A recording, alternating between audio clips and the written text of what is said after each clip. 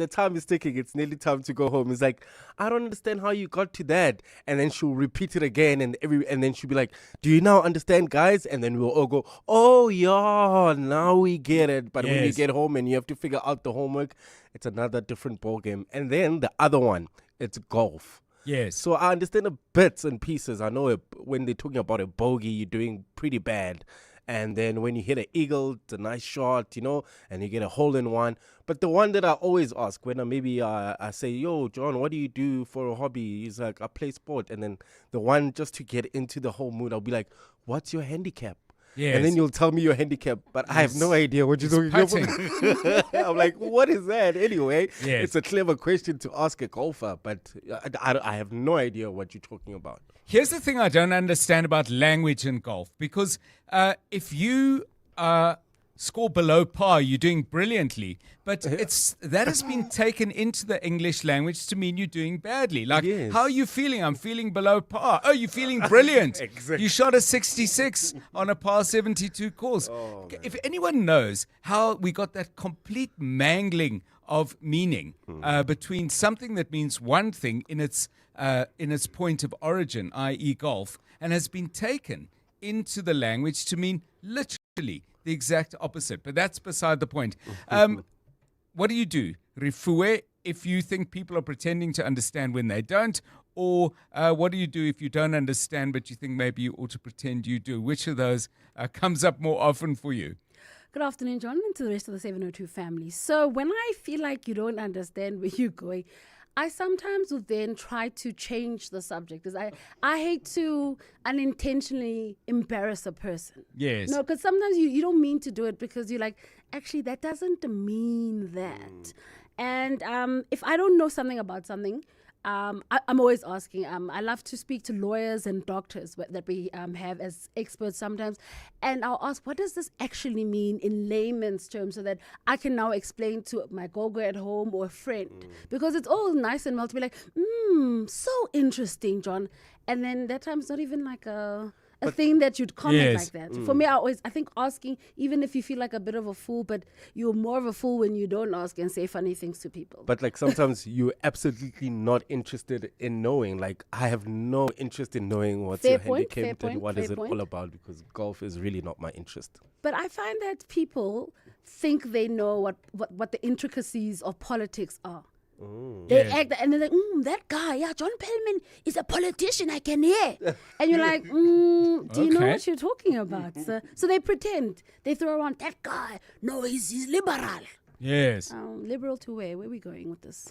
Yeah. Okay, so we've got golf, we've got politics. What else? Things that people pretend to understand, or maybe that you feel obliged to, at the very least, nod your head. By the way, Jonathan Fairbairn in the booth, that I can see him. Just nod your head if you're going to take Karabo Charlie golfing one day, because he keeps coming back to golf. He's mentioned it twice this week. Give me a thumb. Come on. Maybe it's a calling. Okay. All right. We'll have to negotiate. I think he can't actually hear me.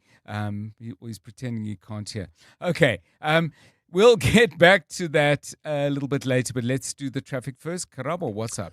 Yeah, well, at this stage in Bedford View, accident scene N3 southbound near the Geldenes interchange, causing huge delays all the way from Modderfontein Road. So if you're leaving Alex Midrand heading towards Ekurhuleni, please avoid the N3 South. Rather use the M1 via Sandton as an alternative. Also in Amalgam, traveling into the Joburg CBD, slow-moving traffic on Main Reef Road between Production and Anderson. If you come across any other traffic issues, kindly WhatsApp us on 072 702 1702. Aubrey Masango. Weekday evenings, 8 to midnight. I was incensed when I heard that 43 young boys had died in this year's winter initiation. Hey, this should be something that shuts the country down. We have 23 kids who died last year. All of them prepubescent children. They died because they were eating discopas. No one is talking about them because they are a constituency that doesn't really matter, you see. And everything we do is not about some real principles. It's about how expedient it is politically. Aubrey Masango, 8 to midnight on 702. 702. With Rand Water's planned maintenance on 17 July, customers are reminded that water supply restoration is a gradual process. Once maintenance is completed, reservoirs and towers must refill before sufficient pressure can be restored across the network. Water will return progressively, with recovery times varying based on reservoir levels, location within the network, and water demand. Johannesburg water teams will continue monitoring the system until normal supply is restored. Brought to you by Johannesburg Water, a water and sanitation utility that cares. We're giving you millions of reasons to celebrate with our selection of Lucky Millions Lotto draws. You could claim major jackpots when you pick numbers from thousands of daily draws. Choose numbers on UK 49s, Euro Millions, and lots more from just R5 per line. Enjoy more chances and more ways to win, all in one place. Grab your chance to celebrate extraordinary riches when you play Lucky Millions from Hollywood Bets. Bet now.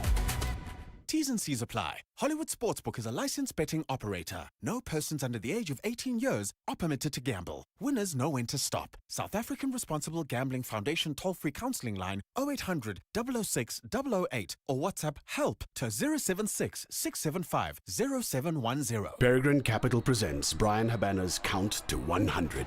In my journey to 100, it started with my first cap, then my second, 10th, 50th, 90th, 99th. Brian Habana, his 100th international test. You get to 100 one decision at a time. For 28 years, Peregrine Capital has applied that same discipline to turn 1 million rand into 100 million. Peregrine Capital. Invest in performance. An authorized FSP. Past performance non-indicative of future performance. T's and C's apply. Incredible Mazda moments of wonder await around every scenic twist and turn at 702 Josie My Josie Walk the Talk. Because on Sunday, 26th July, you get to discover 5 Mazda wonder experiences on the 8-kilometer route, from a stunning Japanese garden to a world of color. Visit one and share your wonder moments on Facebook, Instagram, or TikTok. Then tag and follow at Mazda SA using hashtag Mazda SA, and you could win your share of 50,000 Rand thanks to Mazda, where wonder awaits. Official vehicle partner of 702 Josie My Josie Walk the Talk. T's and C's apply. You're with John Perlman on 702. Let's walk the talk. Right, let's go to the Madlanga Commission of Inquiry. I have to say my expectations were of a long afternoon with robust back and forth, all of this around postponements requested and often granted to the Northwest Province businessman Suleiman Karim. Questions have been raised both in the commission and beyond it about the veracity and accuracy of what his legal counsel is saying about his state of health. But it turned out rather differently today. So maybe the drama will be next week if we are to have any drama at all, but it certainly wasn't going to be today. Tapiso Goba was watching things closely and joins us now. So Tapiso, what actually happened? I tuned in a little bit late, yes, and I heard evidence leader advocate Matthew Chaskelson mainly reading a list of dates and 2.2.2.1.6.4. It was quite detailed and quite lengthy, but presumably it all made sense to you. Good afternoon, John. Unfortunately, we didn't see those CCTV camera footage. We're looking forward to seeing the CCTV footage that the Madlanga Commission said it had, where Mr. Suleiman Karim, who's been too sick to appear at the Madlanga Commission, was spotted at a Woolies and at a restaurant in Cape Town. So today was supposed to be a postponement application. However, unfortunately, the lawyers for Mr. Suleiman Karim, they filed their papers a bit late.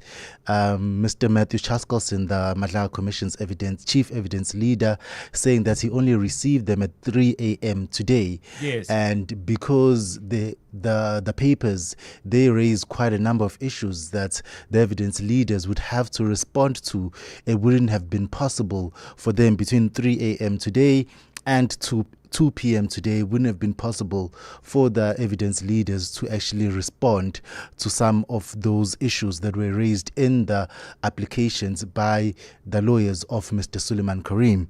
So what has been done now, John, is there are two things. The first thing is that you remember that this is a postponement application because Mr. Suleiman Karim has health-related issues, and the commission suspects that he's fine and that he's overplaying his health issues. So at the heart of it here is around his medical records, and the commission has also subpoenaed his medical records. So now Mr. Suleiman Karim has filed basically two applications. One, they want the postponement application to be heard in camera. That means it must be heard behind doors because they don't want his health status to be discussed in public.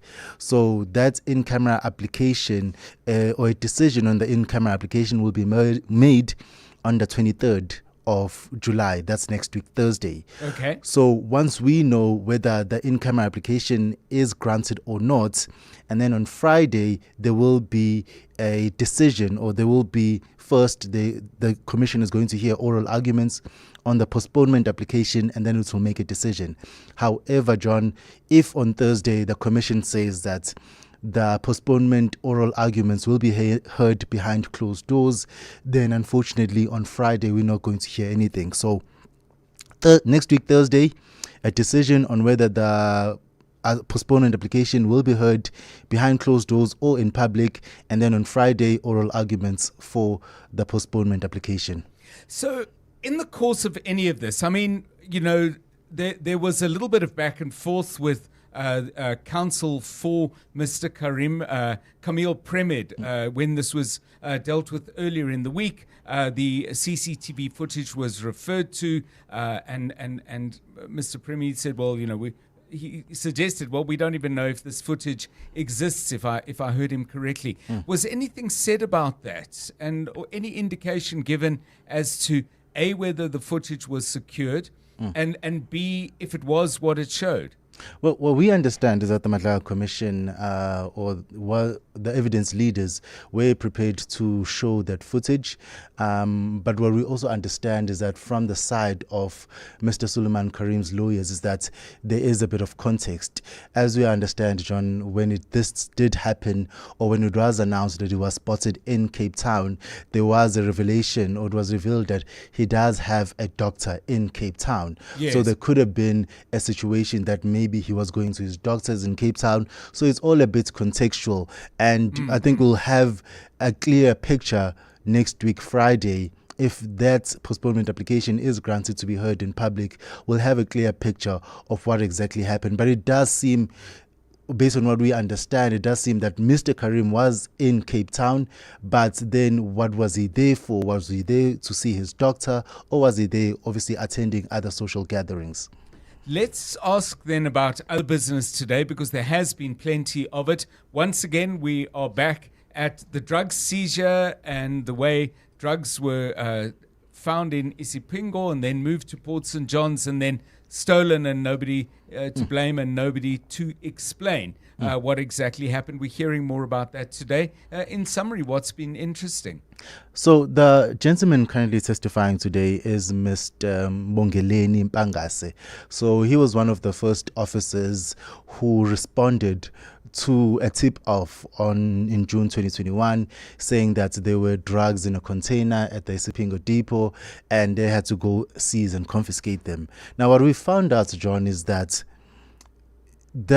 drug bust was basically bundled from start to finish, from how the evidence was handled, how the evidence was moved, how it was bagged, and then how later the evidence was stored at a Hawk storage facility, which was unsafe, and then the drugs were later stolen.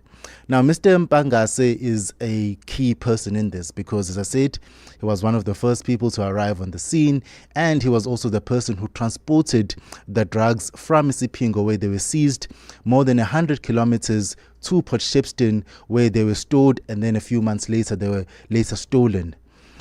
But the summary basically of Mr. Mpangase is that he was just following orders. He's a warrant officer, to be fair to him, John. He's a warrant officer, and on that scene, there were many, many people who had higher titles, higher ranks than him, and his bosses were there. And with everything that he said he's done, even with regarding to the bundling of the entire drug bust case, he's saying that, you know, there was people higher up than me who told me, take these drugs, move them here, do this and do that. So basically for him, he's been saying that he was just following orders, because at the end of the day, John, what the Madlala Commission is trying to establish here is that these drugs were confiscated and they were later stolen. And there's been allegations that there were senior police officials working in concert with drug cartels to ensure that these drugs were stored at an unsafe facility in Port Shepstone, which is about 100 kilometers away from where they were initially busted. And it was all in entire efforts to ensure that they are stolen back and then again find their ways back to the streets. One of the features of today, by the way, is that Warrant Officer Mpangase asked for an interpreter.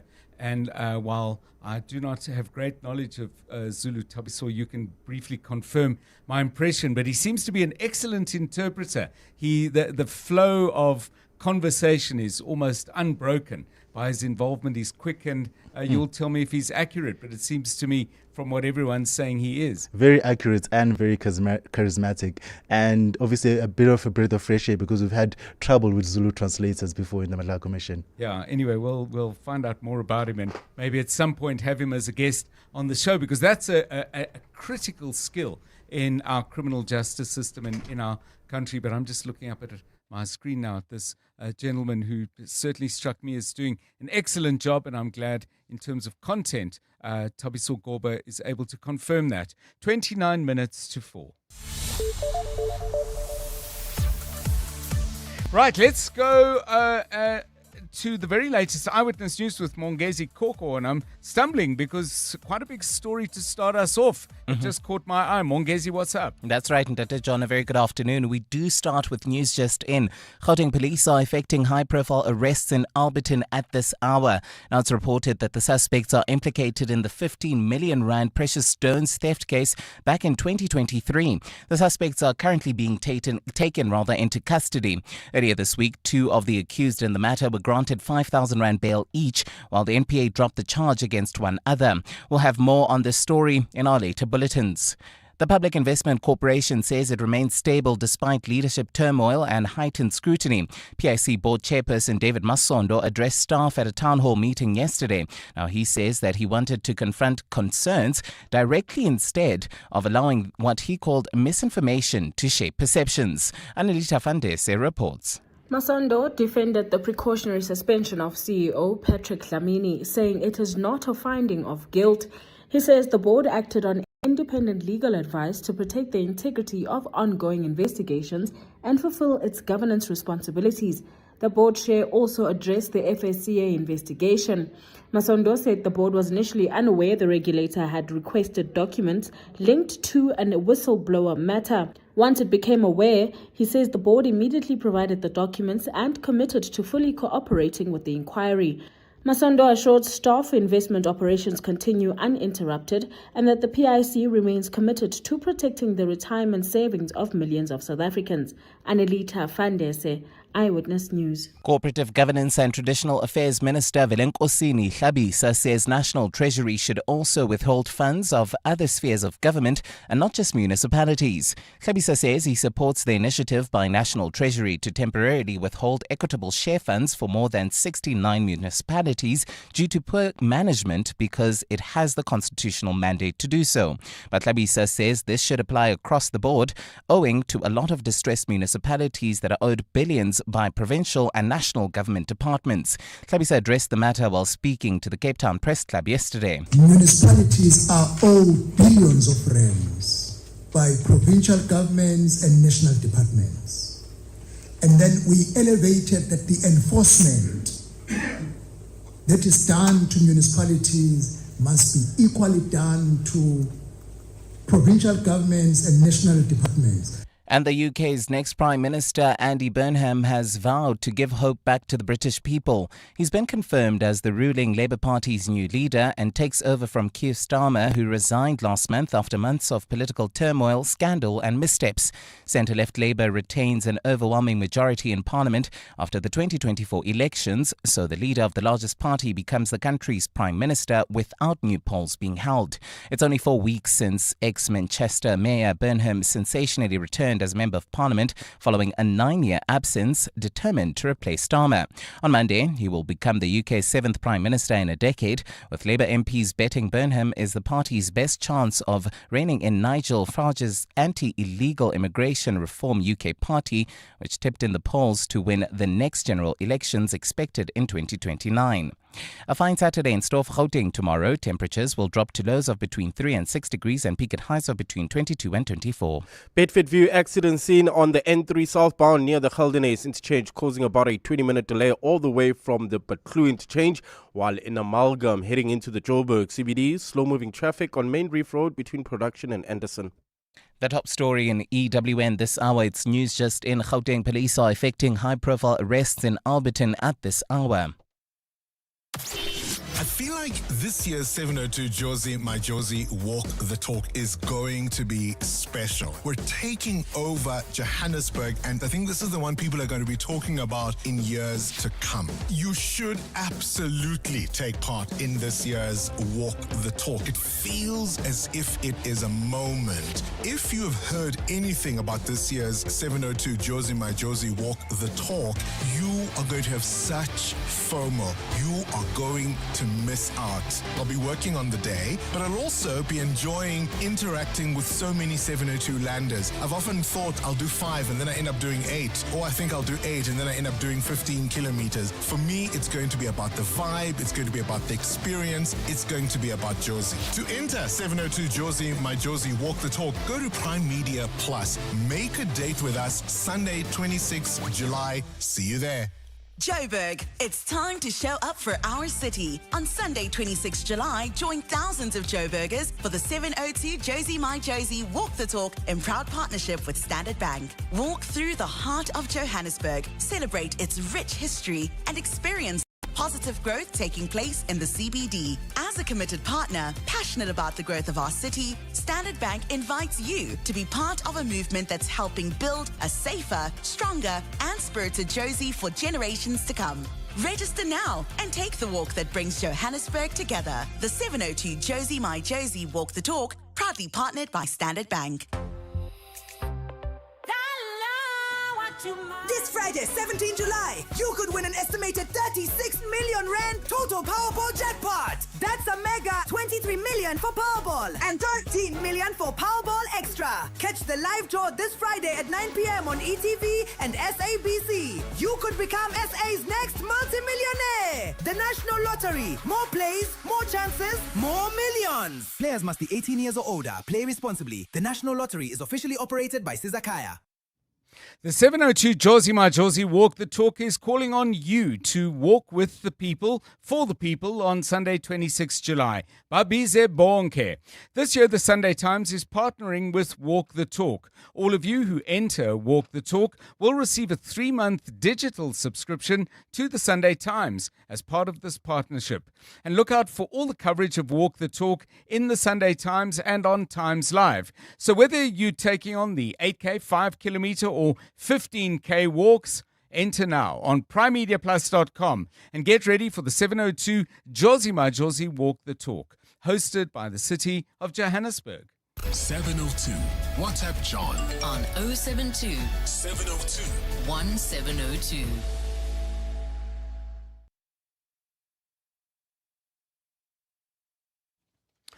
Okay, we are going to share with you some of the WhatsApps that you've been sending to us. We asked you what are those things that people pretend to understand, but they absolutely don't. Doc says the stock market. Yo, that's a very expensive thing to pretend to understand. I'm not sure I understand it. Not sure I would ever pretend to. Fortunately, we have Stephen Curtis. He's in at 4:25, and of course brings you the Money Show from 6 to 8. Leave it to Stephen, I would suggest. So, par actually means average or standard. So, when you shoot par in a game of golf, you are taking the average number of shots to reach the hole. And if you look at it, when we say we're feeling below par or below average, that's just a different way of saying it. Yo, Dr. John, I am tired of pretending I know what POV means. You know that POV in all the TikTok videos, like POV, when you go to the mall with this and that. Like I keep saying I'm going to Google what POV means. But I just gave up, man.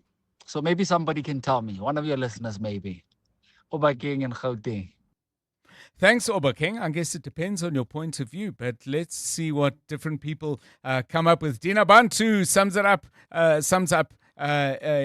his view with one word and says research. Yeah, there's a bit of that, I suspect. 20 minutes to 4. EWN Sport.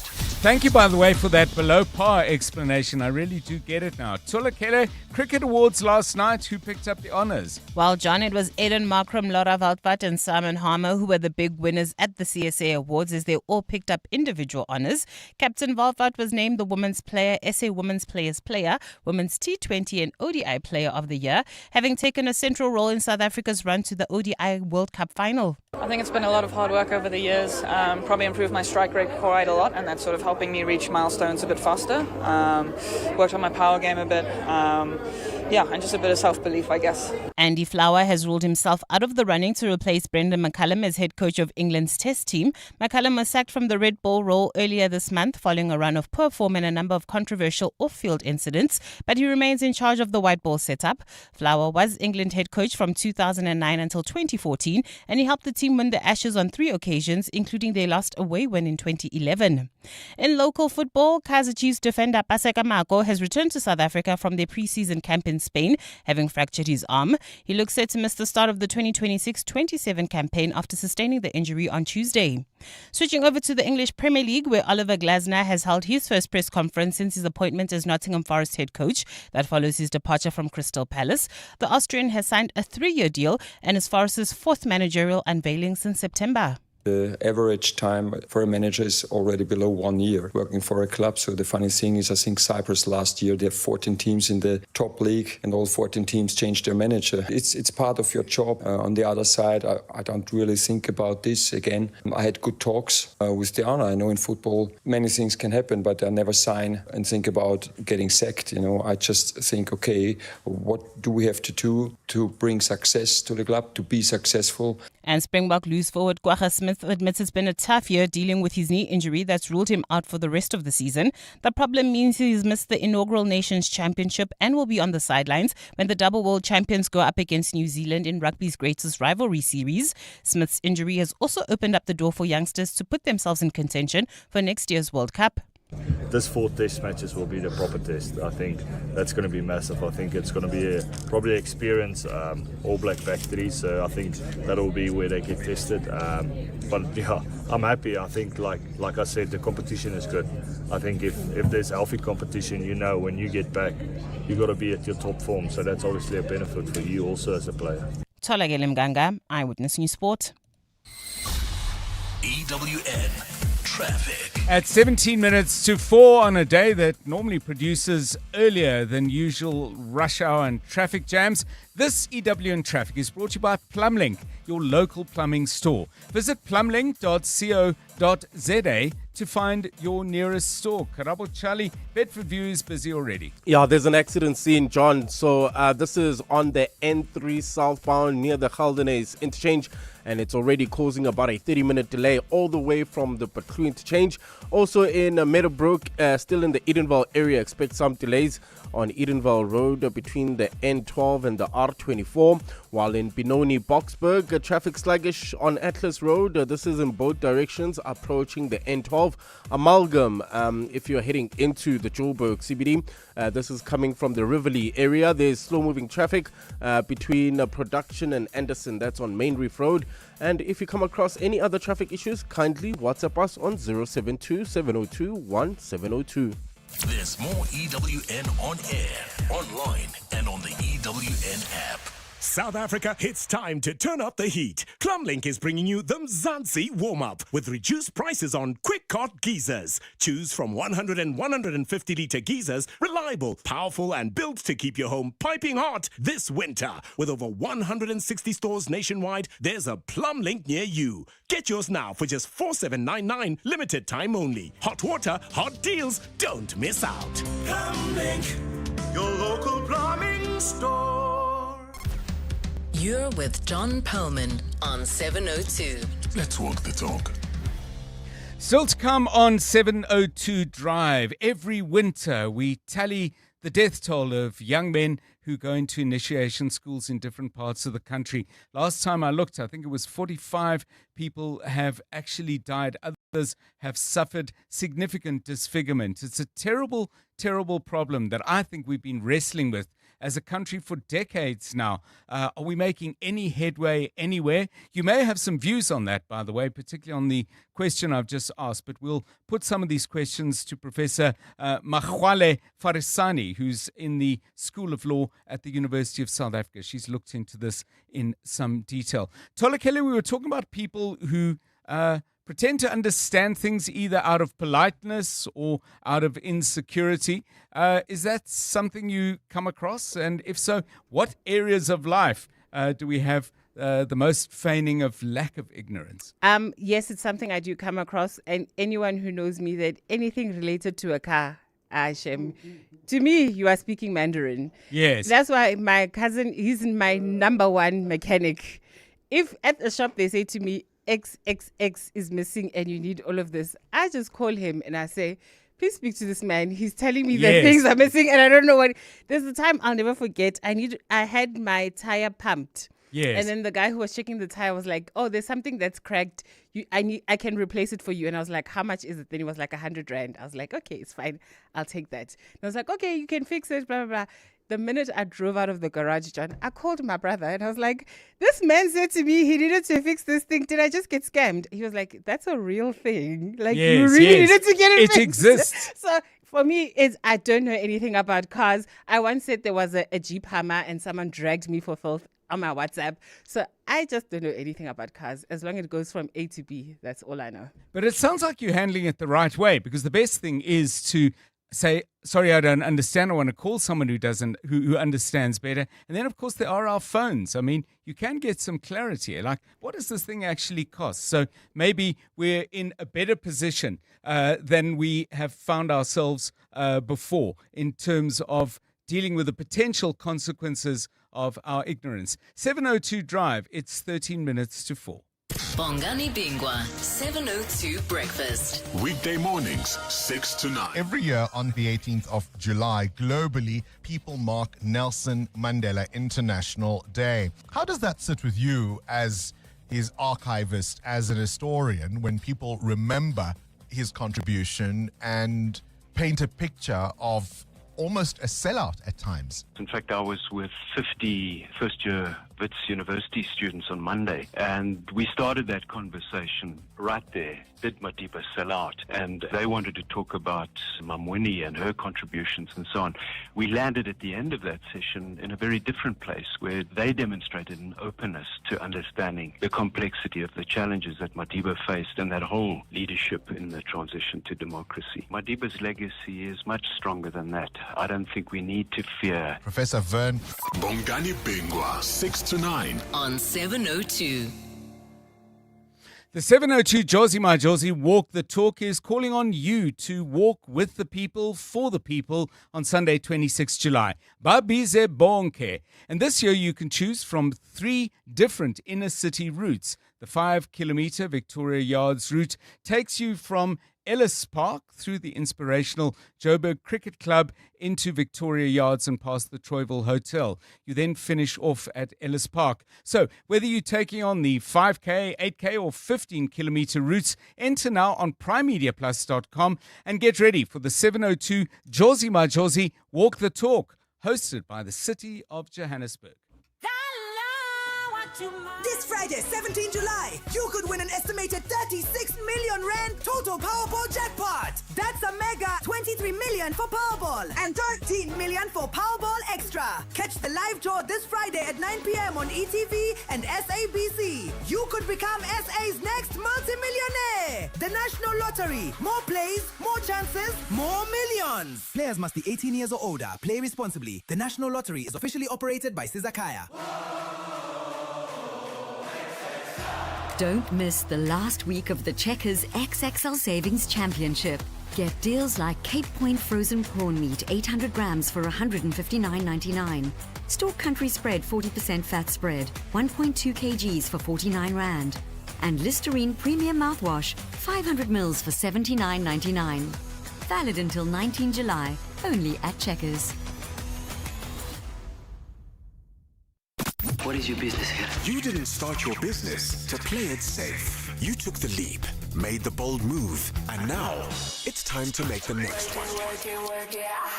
This week, 702 and Budget Business Insurance are giving small businesses the chance to win their share of 100,000 Rand with the Budget BizBucks Bonanza.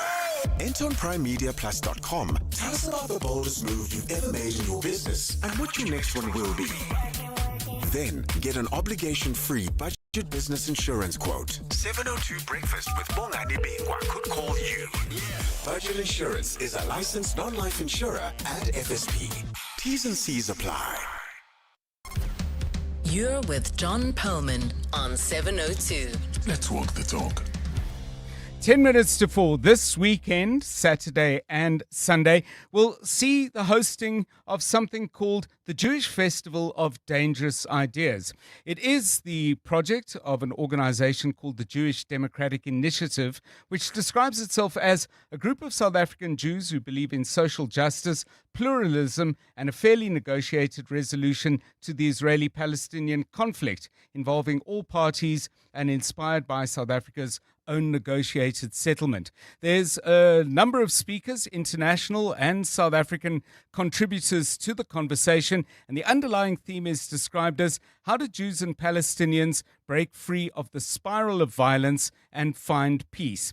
The opening speaker on Saturday is my guest. Avraham Berg is a former speaker of the Israeli parliament, the Knesset, and we welcome him to 702 Drive.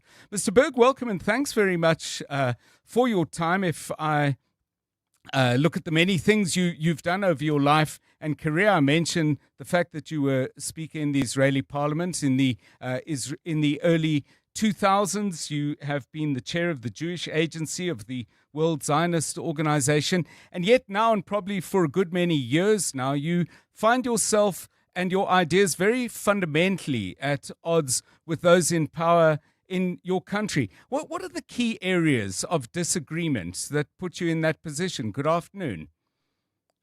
Good afternoon. Peace of you. I mean, the key area of disagreement is very simple.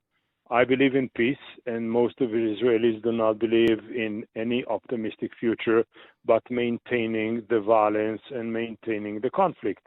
So it is between a better future for Israel or a worse present continuous for Israel and Palestine. You have an election coming up in Israel on the 27th of October. From what you've just said, it would suggest that you don't expect much to change with that election. As you try to persuade people that this is not working and there is a much more optimistic way forward, what are the key counter arguments that you come across when you engage with people who don't agree with you? I love your questioning because you take me as a key holder, because it's already the second key you are looking for, and I'm not very much of a key holder. But I put it like this: these elections, unfortunately, and again, are not about the Israeli-Palestinian conflict, which is the most malignant reality in our life. It is about the corruption of the royal family of Israel, the Netanyahus, and their cult around them.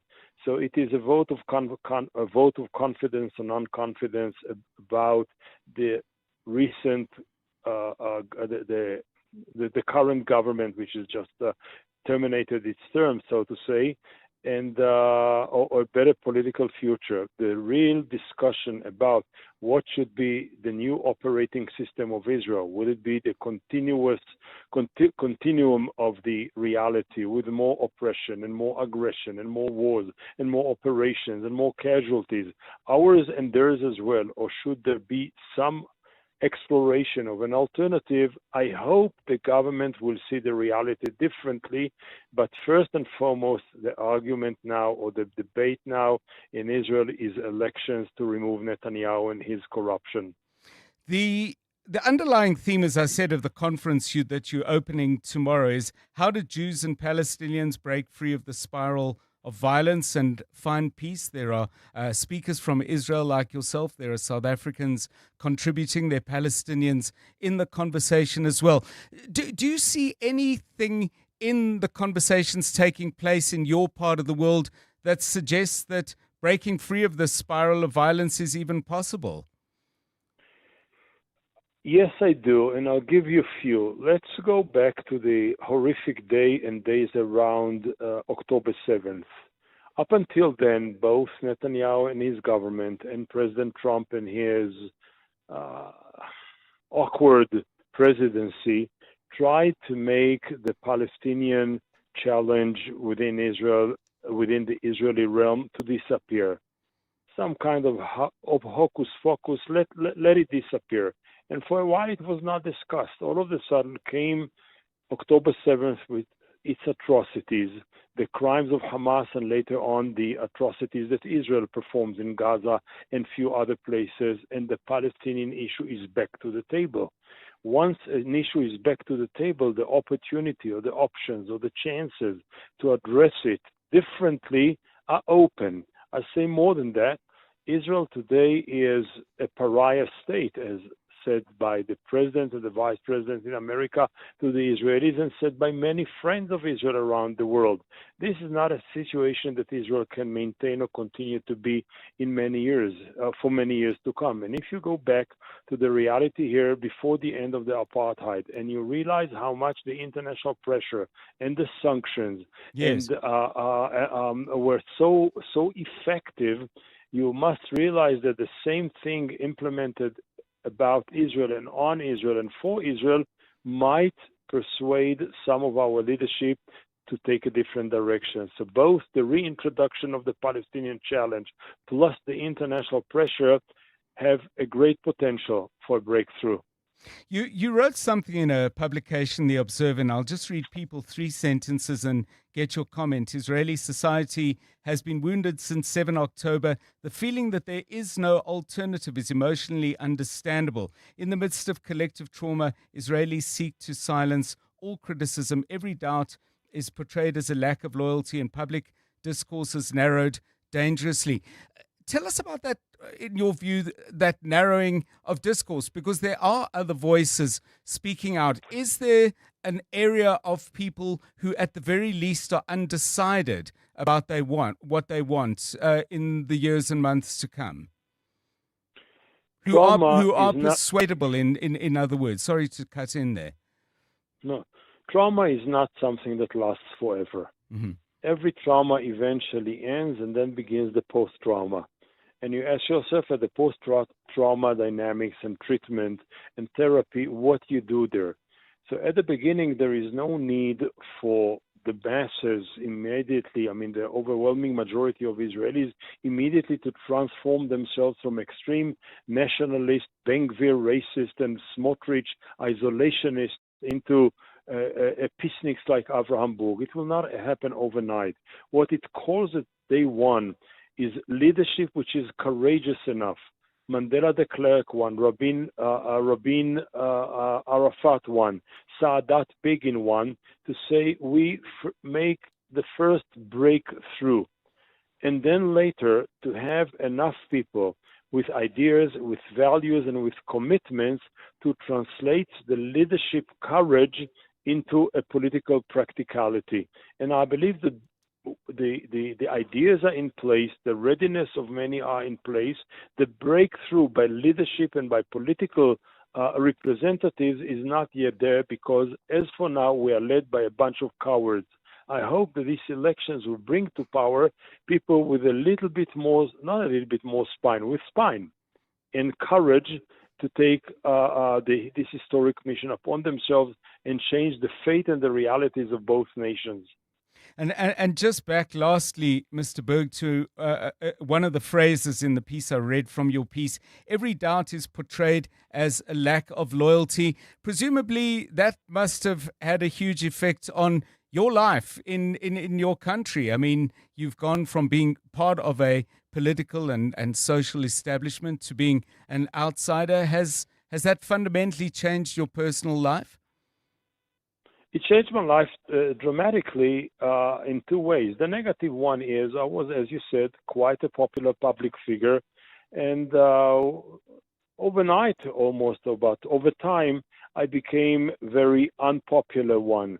It is not a pleasant thing sometimes to walk the streets, not very pleasant to have all of these death wishes and threats and violence meeting daily. But on the other hand, it liberates the spirit and it liberates the morality to stand on my own, regardless and fearless of what they try to throw against me. And people like me, I'm not alone. There are few, there are enough in order to stand together. Having said that, when I come here to the Festival of Dangerous Ideas, I know one thing, and this is all during Jewish history, maybe since Abraham, our patriarch, okay? The courage to be a minority, the ability to say the obvious in front of the crowded blindness is actually the least dangerous idea. And so what we have to create is the congregation and the community of the courageous to do the right thing versus all of those who adopt blindness as a comfort zone. Avraham Berg, thank you, former Speaker of the Israeli Parliament. He is the opening speaker tomorrow at the Jewish Festival of Dangerous Ideas. It's the work of the Jewish Democratic Initiative. You can check that out online. Begins both in Joburg and Cape Town tomorrow. It's 4:00. This is EWN. Second high-profile arrest underway in connection with 14 million rand precious stones theft, and 2 SANDF soldiers die during anti-illegal mining operation. A very good afternoon. I'm Monkey Zikoko. We begin with breaking news. The Independent Investigative Directorate has arrested witness K in connection with the theft of 14.9 million rand worth of precious stones. Now, the surprise raids are taking place in Alberton on the southeast of Joburg. Police are now at a second location in search of another suspect. The case sat at the Johannesburg Magistrates Court, where 3 suspects appeared on charges of robbery. 2 of the 3 were granted bail of 5,000 rand each, while the NPA dropped the charges against the third. Anelita Fandese reports. According to witness K's evidence, the stolen gems valued at 14.9 million rand were later sold for just 110,000 rand. Her detailed confession and testimony before the commission led to subsequent police action as the inquiry and criminal trials progress. 3 primary individuals have been implicated in the heist. The alleged mastermind, suspended EMPD Deputy Chief Julius Mkwanazi, JMPD Inspector Witness K, and businessman Etienne van der Walt. The Commission is continuing to investigate claims of corruption and criminal conduct involving law enforcement officials.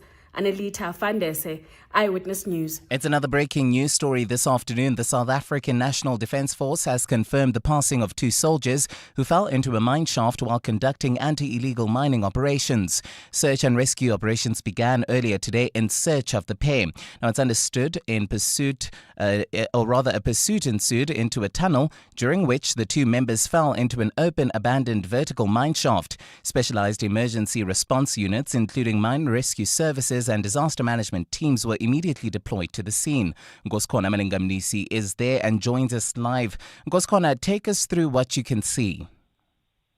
Well, Mongezi, as we drove into this particular area west of Johannesburg, we were met by a large motorcade of members of the South African National Defence Force, of course, driving in several vehicles. It's testament to the scale of the deployment in this particular area. Unfortunately, Mongezi, at this particular point in time, we have not been allowed access at the precise site where this tragedy happened. But as you've correctly said, the SANDF in a statement this afternoon confirming the passing of their two members. They now also say that the process of formally identifying the deceased and notifying their next of kin is currently underway. The names of the members will be released according to the statement once their families have been fully informed. Also concluding the statement saying that the Minister of Defense and Military Veterans, as well as the chief of the SANDF, that's General Rudzani Mapanya, have extended their deepest condolences to those affected by this tragedy. More details, Mongezi, will become available in the next coming hours, as we're expecting at least the police in Gauteng to give us a brief, also painting a picture as to what exactly led to this tragedy. For Eyewitness News, I'm Sikwana Maningamnisi, reporting live from the west of Johannesburg. In Tshwane, the postponement application of controversial Northwest businessman Suleiman Karim has been moved to next week. The application was set down for this afternoon. However, it's been postponed due to administrative issues. Evidence leader Matthew Shaskelson says he only received the application from Karim's lawyers earlier today. The commission was expected to hear more about whistleblower reports that Karim was spotted at a Cape Town shopping centre while allegedly unwell. Commissioners, unfortunately, it was not possible to meet the timetables that were laid down for this application.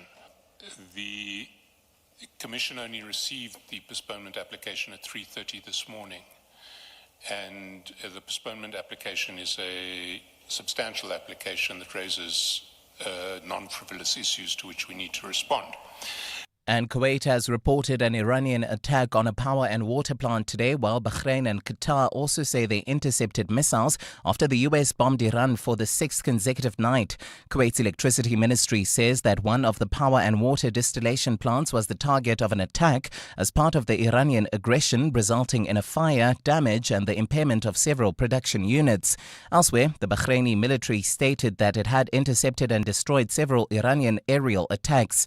Iranian state media reported that Tehran had targeted US helicopters and planes in the airbase there. While in Qatar, the defense ministry said the army intercepted a missile attack in the capital, Doha. Gold is trading at $3,966.55 an ounce. The rand is at 16.55 to the dollar, 22.23 to the pound, 18.91 to the euro. Brent crude oil is at $86. Waterkloof, Pretoria, bumper-to-bumper traffic on the N1 northbound. This is from John Foster to Atterbury Road due to an earlier accident. Driving through Bryanston, four ways, heading towards Roodepoort. There's also bumper-to-bumper traffic. This is on the N1 southbound between Rivonia Road and Beyers Naudé. In your sport, 2026 FIFA World Cup winners to get championship rings. France looking to send off Didier Deschamps on a winning note. And Morocco back coach Mohamed Wabi following their World Cup exit. A fine Saturday in store for Gauteng tomorrow. Johannesburg drops to an overnight low of 5 degrees, peaking at a high of 22. Pretoria 6 and 24, Vereeniging 3 and 22. The top story in EWN this hour, it's breaking news. The Independent Investigative Directorate has arrested witness K in connection with the theft of 14.9 million rand worth of precious stones. EWN, in touch, in tune, and independent. For the latest, visit ewn.co.za or download the EWN app. Visit primemediaplus.com to enter 702 Josie My Josie Walk the Talk. Hosted by the City of Johannesburg. Walk with the people, for the people, for our Josie. For Joburg, by Joburg, in Joburg. Bamise bonke. 702. Drive home with John Perlman. John Perlman, 3 to 6 p.m. On 92.7 and 106 FM. Let's walk the talk. 702 Drive, it's 8 minutes past 4. I do hope you have a wonderful weekend lined up. We got good stuff coming up for you on the show. Hopefully that'll get you into the weekend with maybe some of your questions around the big issues in the country resolved, but also some really fun and interesting things. And some great music, by the way, to set you on your way. Speaking of music, Randall Abrams with Randall's One Song. That's at 10 to 5. And then at 20 to 6, a song, a book, and a dish. Sunyati, author of The Polygamist, which has been turned into a runaway success TV series, is going to be the guest in our Joburg studios. Really looking forward to that. Of course, there's plenty of serious stuff we need to take a closer look at. Something I've been noticing and meaning to or keen to do throughout the week is once again, we're dealing with a high level of initiation deaths in this country over the winter. My guest, Professor Dorothy Magwale Farisane, has looked into this over a number of years, particularly government's response. She joins us from the UNISA College of Law, and that's coming up at about 10 minutes past 4 o'clock. 702 Drive, we've been asking you a couple of questions. I'm going to throw in one. For now, World Cup predictions, pretty straightforward. We won't worry about the third place game. I think you might understand why. But Sunday's final, Argentina, Spain, who you got? Give me the score. But crucially, tell us why you're so confident in that prediction. The other thing we asked you about is things that people pretend to understand but don't really understand. Mamo Diege says women and Nikki says men. So I think we're perfectly covered on that. I think that's just about, I'd say we're fairly well covered on that. But if you've got some other areas of life that people pretend to understand but really don't, somebody else has put rugby, the rugby rules, I must admit, every once in a while I find myself saying, ref! And then I sort of say to myself, do you have any idea what the law is, the rules in that regard? I think in sport you're supposed to talk about the laws of the game, not the rules of the game. Anyway, things we pretend to understand or know about but don't. 702. WhatsApp John on 072 702 1702. Hi, Tate John. So I find people always pretend to know whatever is trending, whatever the trending topic is. So Madanga Commission, suddenly people are lawyers. Soccer World Cup, people are football commentators with decades of experience and highly knowledgeable, even more so than the actual professionals. The war in Iran, and people suddenly know the history of Iran, and they know all the ins and outs of the oil trade and the Strait of Hormuz. So people always seem to know everything that's trending. They know everything about it. There's xenophobic attacks, and suddenly people know the statistics of South African demographics and how many foreign nationals are here. So people are experts on whatever is trending. Yeah, that's one way to look at it. Nonele puts this in, and this is a very interesting point of discussion, and I ask this very much from somebody who is not and has not for most of my life really been actively and regularly involved in organized religion. But Nonele says the Bible, and I thought that was a really interesting thing, because is the Bible there to be understood absolutely, or is it there to be understood in different ways and debated and wrestled with? And I don't know about what goes on in your religious practices if you're more active than me, which, as I've indicated, would not be difficult, because it's not, as I say, and hasn't ever really been a central part of my life, weekly involvement in religious activity. But the Bible, is the Bible there?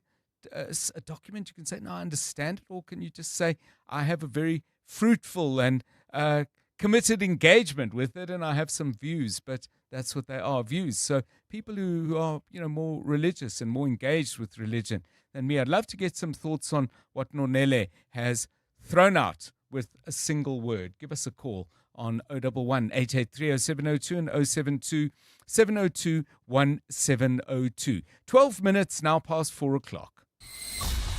EWN Traffic. This EWN Traffic is brought to you by Outsurance. SMS out to 45142 now, and you could save on car insurance. If you don't, ask them for 500 Rand. If you're out in Waterkloof, you've probably noticed things slowing down already. If you're headed that way, listen up. Here's Karabo. Yeah, that's driving through Waterkloof heading towards Linwood. There's bumper traffic N1 northbound from John Foster all the way to Atterbury Road. This is due to an earlier accident. Bryanston also traffic heavily backed up. This is if you're traveling towards the Four Ways Roodepoort area. There's slow moving traffic. This is N1 southbound between Rivonia Road and Malibongwe Drive. Alexandra traveling towards Germiston Bedfordview. Alexandra traveling towards Midrand. There's slow moving traffic. This is the N3 northbound between Marlborough Drive and the Bacloot Change Bedfordview. This time if you're traveling in the southbound southerly direction, there's an accident seen on the N3 southbound near the Galdenays interchange, and this is already causing more than a 20-minute delay all the way from the Bacloot interchange, Meadowbrook, Edenvale. Expect some delays on Edenvale Road between the N12 and the R24, while in Benoni Boksburg traffic is sluggish. Atlas Road, this is in both directions approaching the N12. And finally, in Amalgam, traveling into the Joburg CBD, expect some delays on Main Reef Road between Production and Anderson. If you come across any other traffic issues, kindly WhatsApp us on 072-702-1702. There's more EWN on air, online, and on the EWN app. 15 minutes watching the World Cup highlights goes by quickly, but 15 minutes stuck in traffic feels like torture. Fortunately, the Outsurance pointsmen are here to save the day. These heroes in green and purple have been easing traffic congestion for the past 20 years. The Outsurance pointsmen helping everyone get where they need to be quickly and safely. Just another way you always get something out. In proud partnership with 702. Show them some love online using #PointsmenLove. Outsurance is a licensed insurer and FSP. 702 afternoons. With Relebohile Maboja, 1 to 3 p.m. Did anything change in your vocal cords with pregnancy and thing? Because I know it's not something people really talk about, that your range can change. It can and it does. My voice generally has always felt to me like it was just light and more wispy. And I think the older I've gotten, it's more textured now, I think, which I like. And it makes me feel like I sound so much more mature. When I listen back to my very early days and the first recordings as a professional singer, I'm like, you know what? Yeah, you can tell that a lot has happened in life, but it's still, I mean, the essence of it is still what it's always been. Singer, songwriter, Malay. 702 afternoons. With Relebohile Maboja. Let's walk the talk. The Industrial Development Corporation remains committed to transforming Africa's industrial future. If your business is in manufacturing, operating in automotive and transport equipment, chemicals, minerals and industrial mineral products, machinery, equipment and electronics, or textiles and wood products, there could be funding opportunities available. Visit idc.co.za to check your eligibility for funding.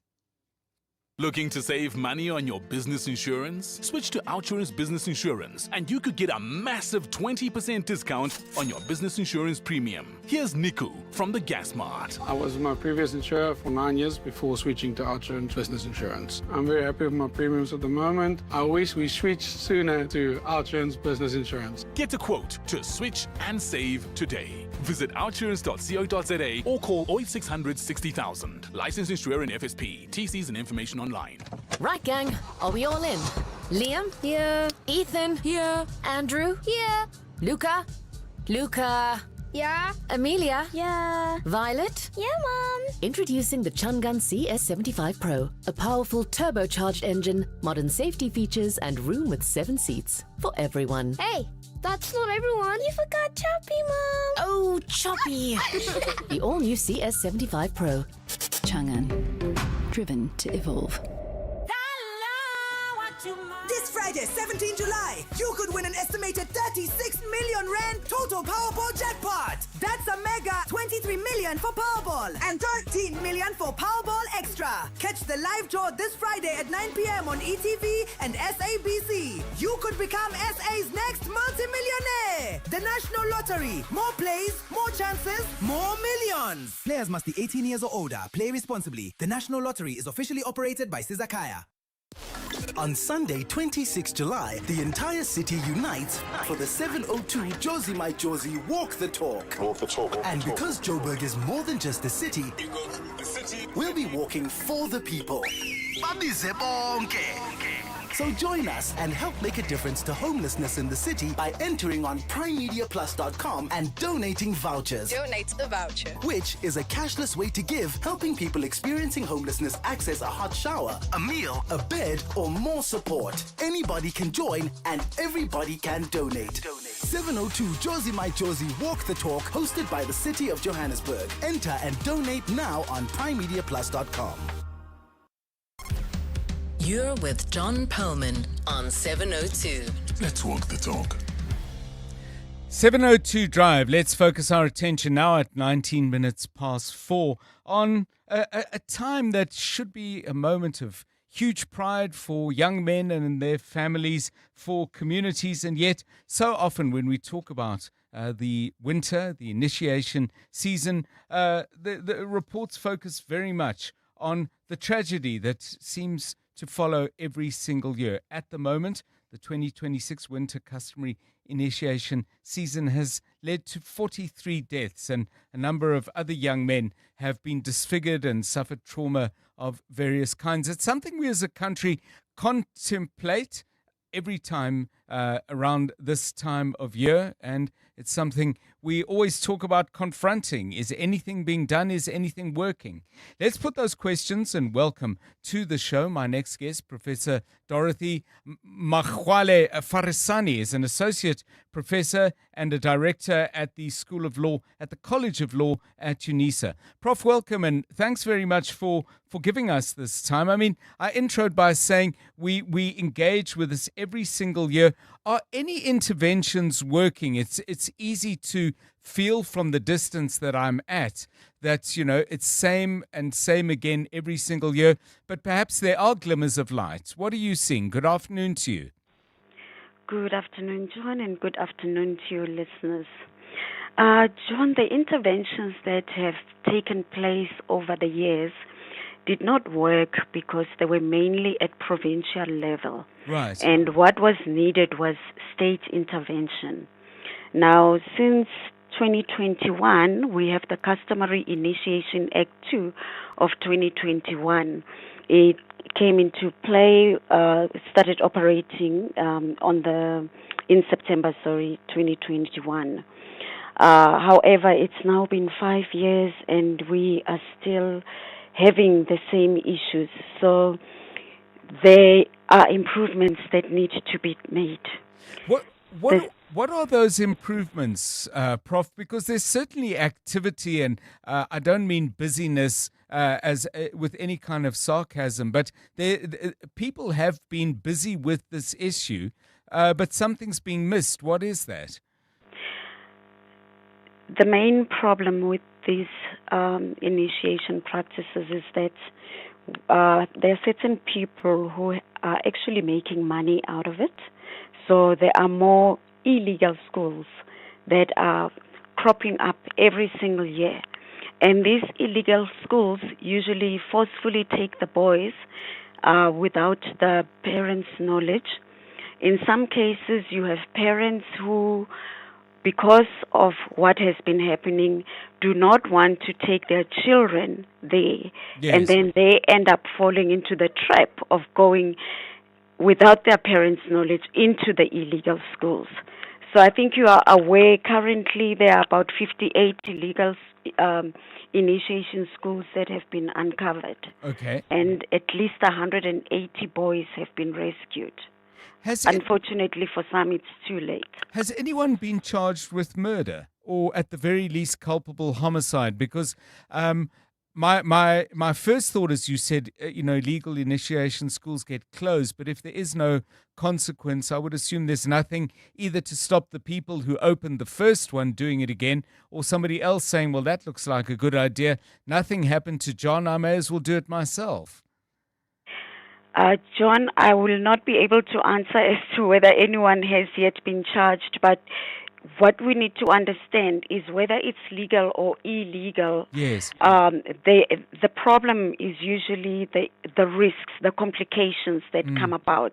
For instance, you can have excessive bleeding, you can have dehydration, the wound can go septic, you can have renal failure and all of that. So at the end of the day, yes, it is possible to charge certain people, and I'm sure that is something that is being worked on, but the main thing that needs to be done is to ensure that these illegal schools are just eradicated. They are all over. Prof, you mentioned dehydration, and that comes up a lot. What's the cause of that? I did hear somewhere, and I can't recall who was being interviewed, but I know they were from the Eastern Cape government, saying that there were certain beliefs about the importance of not drinking a lot of water while you're going through this process. If I've misunderstood that, please correct me, but if I haven't, perhaps you could just give us some insight into that and, crucially, what could be done about it. John, I cannot say that what you are saying is correct. However, Right. what I can say is that when these boys are being taught about culture, about their roles in society, when they're being taught about the values and principles as well as the customs, part of that teaching includes training them on resistance. Right. So their resistance is tested while they endure hardships as they go through the healing process. And the problem is that this happens in seclusion. So when this happens and then maybe they do become dehydrated due to the lack of medical facilities, then they pick it up too late. I think, John, you are aware, just the other day there was a boy who was rescued. He was taken via ambulance, but he didn't make it. And when the inspectors came there, they found that he was dehydrated. Prof, just finally, I mean, in a lot of the conversations that I've listened to, people in authority are saying communities need to do more. Firstly, is that fair? And secondly, what is that more that communities can and should do? Because it seems to me people become quite individualized as they try to deal with the safety of their family member, but maybe are not in a position to fix the underlying problems. John, I think the communities together with the government, they are the ones who need to make sure that they work together with the government to ensure that there are healthcare facilities there. There are healthcare practitioners who are available there, including ambulances. I think when they refer to communities, it's more, in my understanding, the issue of ensuring that our traditional leaders and councils play a more active role, because they are the ones who provide guidance within their communities. Yes. So they can assist to ensure that there is safety there. They can assist to ensure that the integrity of our initiates are protected. While at the same time, as we mentioned, there is the issue of testing resistance, but is it aligning with constitutional practices? They are the ones who can set the norms and standards and ensure that there is accountability for all the role players. Thank you so much to Professor Dorothy Magwale Farisani. She joins us from the College of Law at the University of South Africa. Now, I did ask about legal consequences according to details released by Cogta Minister Venkosini Hlabisa. Law enforcement agencies this winter have opened 150 criminal cases and there have been 40 arrests. But this may well be part of your current experience, part of life in your community, part of your own traditions. Give us your thoughts and your insights. I mean, every year the death toll is high and surely unacceptably so. But it does seem to me that the conversations are repeating themselves. I hope I'm wrong. but it does seem to me we're in a bit of a loop there. If you've got some insights, some ideas, or some direct experience to share, please do give us a call and bring us into what I hope will be a deeper understanding of what's going on. 702, the numbers you can use, 011 883 0702 and 072 702 1702, 28 minutes past 4. EWN Business. Stephen Curtis, a very good afternoon to you. Saw a lot of red today. Yeah, there'll be more to come, I'm afraid, John. Good afternoon. Oil, Brent crude heading... That's what happens when I look at the oil price these days. Brent crude heading towards $90 a barrel. And that's really, it's pushed platinum prices much lower. Gold slightly higher, but it's pushed the JSE All Share down 0.64%, 109,626 points. Financials down 0.78, industrials down 0.87, resources down 0.5%. Process and Naspers are down by around 3.6%. Omnia's down 2.2%. And then some of the consumer shares, Trueworths, Mr. Price, all down by around 2%, and some of the platinum and gold miners down too.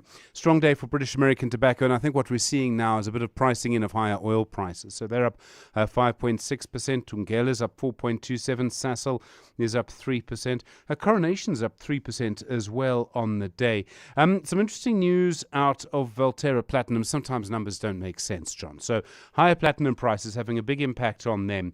For the 6 months to the end of June, their headline earnings are expected to increase by nearly 1,400%. Okay. Goodness. This is what happens when you try and use percents. Yes. They've obviously, the Platinum Group Metal the Platinum Group Metal Dollar Basket price increased by 85%. So in rand terms, it was up 66%. But that's not all, folks, for Valterra Platinum. They're also able to increase production. They'd been flooding at the Amandelbult mine last year, so they've been able to take a lot more advantage of higher platinum prices. And then 91 reporting today, its assets under management have moved up from just over £170 billion in March to £184 billion at the end of June. In the US, Netflix dropping quite dramatically. It's released third quarter revenue and earnings yesterday at forecasts. They were short of what people had expected. Also said that they'll only now release viewership figures once a year. In other words, how many people are watching Netflix? Spoiler alert, a lot. Because they want to sort of, keep, they say, I love it when companies say this, they want to focus on revenue and earnings. That just means that they want to give us the bad news once a year, not twice a year. Netflix is under a little bit of pressure because there's a lot of a lot of competition. Also today, we're seeing that chip makers do seem to still be dropping, and that's because of what looks like a little bit of a reassessment of some of the AI rally. The Dow Jones is sort of flat, down 0.02%. The Nasdaq is down 1 1/3. The S&P 500 is down 0.64. The gold price $3,998.77. Platinum $1,585. Brent crude $87.09 a barrel. And the rand to the dollar, 16.52 to the euro, 18.90 to the British pound, 22.22. Stephen Curtis, EWN Business. Right, at 29 minutes to 5 o'clock, let's get the very latest eyewitness news with Mongezi Koko. Good afternoon again. Thanks, Ndete John. A very good afternoon. The MK Party is calling for head of the investigating directorate against corruption, Andrea Johnson, to be suspended. This as allegations of interference in criminal investigations mount against her. MK Party MP Mzwanele Manyi has written to NPA boss Andy Mutibi, suggesting Johnson face an inquiry into her fitness to hold office. Earlier this week, the party said she should appear before Parliament to explain the allegations against her after she missed her appearance before the Madlanga Commission of Inquiry due to illness. Lindsay Dentlinger has more. Just a week ago, Justice Minister Mamaloko Kubai confirmed the appointment of retired Judge Takalani Rolinga to keep a watch over IDEC's activity and to investigate allegations of abuse of power and improper conduct. At the same occasion, NPA head Andy Mutibi announced that IDEC cases related to police crime intelligence would be reviewed by an independent team of prosecutors, and no further arrests would be executed until this has been done. MKP MP Mzwanele Manyi says allegations that Johnson compromised investigations into a crime intelligence officer who has faced an apparent attempt on his life can't be left unresolved, while she continues to exercise the full powers of the IDEC office. Manyi says while its call for Johnson's suspension does not suggest a finding of guilt against her, she should be suspended as a precautionary and institutional safeguard pending an inquiry. Manyi has given Mutibi 7 days to respond on the steps he's taking against Johnson, else face further questioning through parliamentary processes. Lindsay Dentlinger, Eyewitness News, Parliament. Protesters calling for the conviction of 3 Lesotho nationals accused of killing 13 people at the Jumpers informal settlement say they've been threatened. The group demonstrated outside the Joburg Magistrates Court today, where the accused abandoned their bail applications. Last month, police linked the trio to the killing of 13 people at the informal settlement and charged them with 13 counts of murder and 14 counts of attempted murder. Today, the protesters accused the spouses of the 3 Lesotho nationals of threatening them. Dimakatsole Shoro was there. Outside court today, Jumpers residents continued their no-bail protest and welcomed the accused decision. Them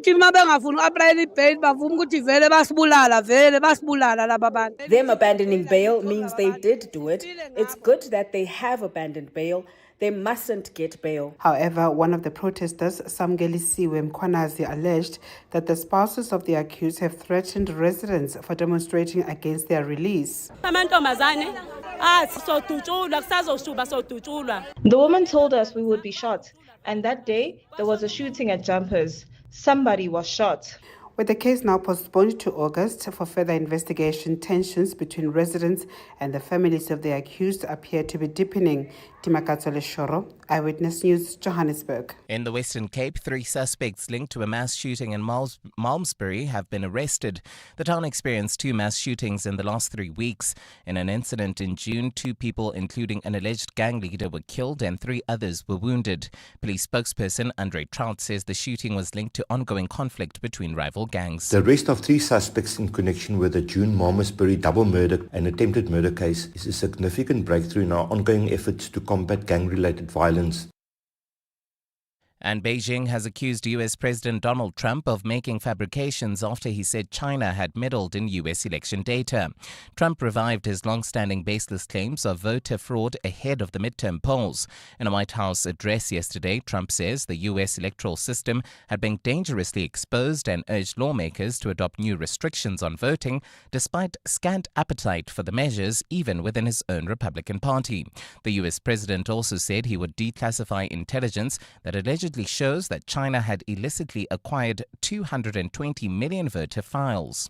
A fine Saturday in store for Gauteng tomorrow. Temperatures will drop to lows of between 3 and 6 degrees and peak at highs of between 22 and 24. Waterkloof, bumper traffic N1 northbound between John Foster and Atterbury due to an earlier accident. Bryanston traffic heavily backed up heading towards Rudaport. That's on the N1 southbound from Rivonia Road to Malibongo Drive. The top story in EWN, the MK Party is calling for head of the Investigating Directorate Against Corruption, Andrea Johnson, to be suspended. What is special about this year's 702 Josie My Josie Walk the Talk is that it's happening in the heartbeat of Mzansi, the city of Johannesburg, which carries so much culture and heritage. You should be part of this year's Walk the Talk because 1, we're going to hang around together and have fun, but 2, I think this is an opportunity for us to reclaim the city, which used to be a melting pot of cultures and languages. I mean, the CBD is still a bustling hub of commerce, of culture, of innovation. And yes, we've noticed the decline of the city over the years, but there are many people who've worked hard to get the city going. And this Walk the Talk is an opportunity for us to show our commitment to this beautiful city of ours. This year, I'm doing the 8-kilometer walk. I like that it goes through Ellis Park and Maboneng and other significant parts of the city. So I want to see as much of the city as possible. To enter the 702 Josie My Josie Walk the Talk, go to primemediaplus.com. See you on the road. Will you survive the AI revolution or thrive? Regenesis presents the School of AI, the first of its kind in Africa, powered by 100 world-class AI experts delivering cutting-edge training, consulting, and real-world AI solutions. Regenesis has embedded compulsory AI modules across all their programs and 12 of their schools, from business and law to education and technology. Join the movement now. Enroll at regenesis.net. Regenesis, one institution leading the way. Light the fire this weekend with Checkers. We have everything you need to keep the braai and the gees going strong. Get deals like pork bulk value pack or bright chops for only $59.99 per kilo. Farmstead pork Vos for just $89.99 per kilo. And traditional Texas-style burger patties for only $109.99 per kilo. Valid until 19 July, only at Checkers. The world is moving fast. Consumer mindsets and preferences are changing in real time. AI is creating new rules and timelines are shorter than ever. At Plus 94 Research, we help leaders reduce uncertainty. We deliver authentic, real-time data grounded in proven methodologies and powered by relevant, cutting-edge technology. So when decisions can't wait, you move forward with clarity, confidence, and impact. Plus 94 Research, the science of decision-making. And they're off. Horse racing is now live on 10Bet. All the tracks, all the races, and all the thrills, all the way down the home straight. Saddle up and join now at 10bet.co.za. 10Bet is a licensed betting operator and supports responsible gambling. No persons under the age of 18 shall be permitted to bet. Betting can be addictive. Winners know when to stop. South African Responsible Gambling Foundation toll-free counseling line 0800 006 008 or WhatsApp help to 076 675 0710. License number 921096661. 702. WhatsApp John on 072 702 1702. Hi John, what's happening with this initiates? It's really horrible. I think it's in the main is because politicians don't really have much to benefit when they raise these issues. So this issue just keep on getting swept under the carpet. You can't just have 43 kids dying and no one says anything. Even the reporting of the stats to say that there is 43 mainly because of the illegal schools is meaningless. We should know how many died in illegal schools and how many died in legal schools. And if they're dying in illegal school, someone has committed kidnapping as well as murder. So they just need to be prosecuted and go to jail. It's not complicated, but somehow there's just no will to sort it out. John, and thank you very much for this topic. And I think that to me, this is really about political will and communities doing something to make sure that we can end this death in initiation schools. And I have perfect examples of how that can work very well. I'm from Stekspruit in Senku, and in our area we've completely eliminated death in initiation schools. And these are perfect examples, or examples that can be copied in other communities if there is a political will to address this issue. Dr. John, I just don't understand why would I take my son to a trap of possibility of getting killed by taking him to initiation school when there's a safer way of doing this thing in a hospital done by a professional in a very hygienic space. It's just beyond me. I will never, if I love my son, I will never take him there. See ya, Sincere. Illegal schools usually. Yeah, thanks for that, Sia. I mean, again, I'm asking because it's not something I know really much about, but I've always understood that the debate around the medical hospital option on the one hand and the cultural and much richer experience, and I'm not for 1 minute suggesting the richness of that experience mitigates the risks where those risks exist, but my understanding is it's the full experience and the education and the stuff that goes with it, so that they're not exactly seen as equivalents by many people. It's not simply a physical and medical procedure. But again, please keep the conversation going on 072 702 1702. Just quick ones of the earlier conversation we had, things that people pretend to understand but don't really. Bernard gives this non-equilibrium statistical mechanics. I have never pretended, Bernard, but I think you're having a little chuckle. As you send that, and hopefully a louder one as I read it, I have never and never will pretend to understand non-equilibrium statistical mechanics. Although, if it was being discussed, I might do some nodding, which could be considered as some kind of form of pretense. And then Sharon takes us to quite an important place and says, grief. And then adds this, we all grieve differently. Amen to that, Sharon, and a very important point made there, I think. 17 minutes to 5. EWN Sport. 2 games to go in the 2026 World Cup. Who better to guide you through what's still to come than Tolakele Mganga? The EWN World Cup Desk. The latest scores, the biggest stories, and the moments everyone's talking about. Well, John, politics will mix with royalty on Sunday night after USA President Donald Trump confirmed that he will be in attendance at the New Jersey Stadium. That's for the FIFA World Cup final, where the Spanish royal family will also be present. The officials for the game between La Roya and Argentina have been confirmed, with Slovenian referee Slavko Vinic handed the responsibility. As for the winners, FIFA will present them with World Cup rings, which is a tradition in American sport. 30 rings will be made available to the champions, with a further 1,996 rings going on sale to fans. Of course, the weekend's World Cup action will kick off with tomorrow night's bronze medal match between France and England. Kylian Mbappe has emphasized the importance of Le Bleu, ending Didier Deschamps' 14-year coaching tenure with a win. I think nothing changed about what Didier means for us as a French people. As a manager, as a player, he wrote an amazing history. There is one game left for him, so we're going to try to play the best game for him because he deserves it, and also all fans deserve it to have a win and to finish third in this World Cup.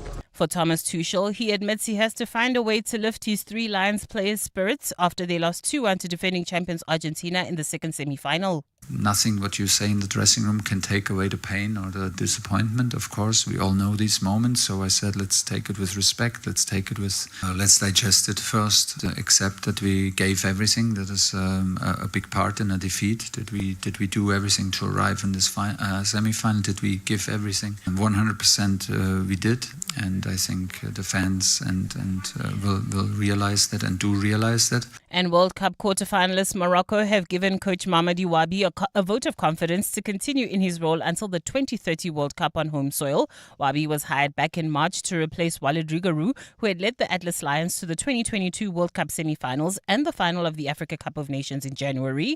Morocco will co-host the next World Cup with Spain and Portugal. Tolagere Mganga, Eyewitness News Sport. From kickoff to the final whistle, this is the EWN World Cup Desk. EWN Traffic.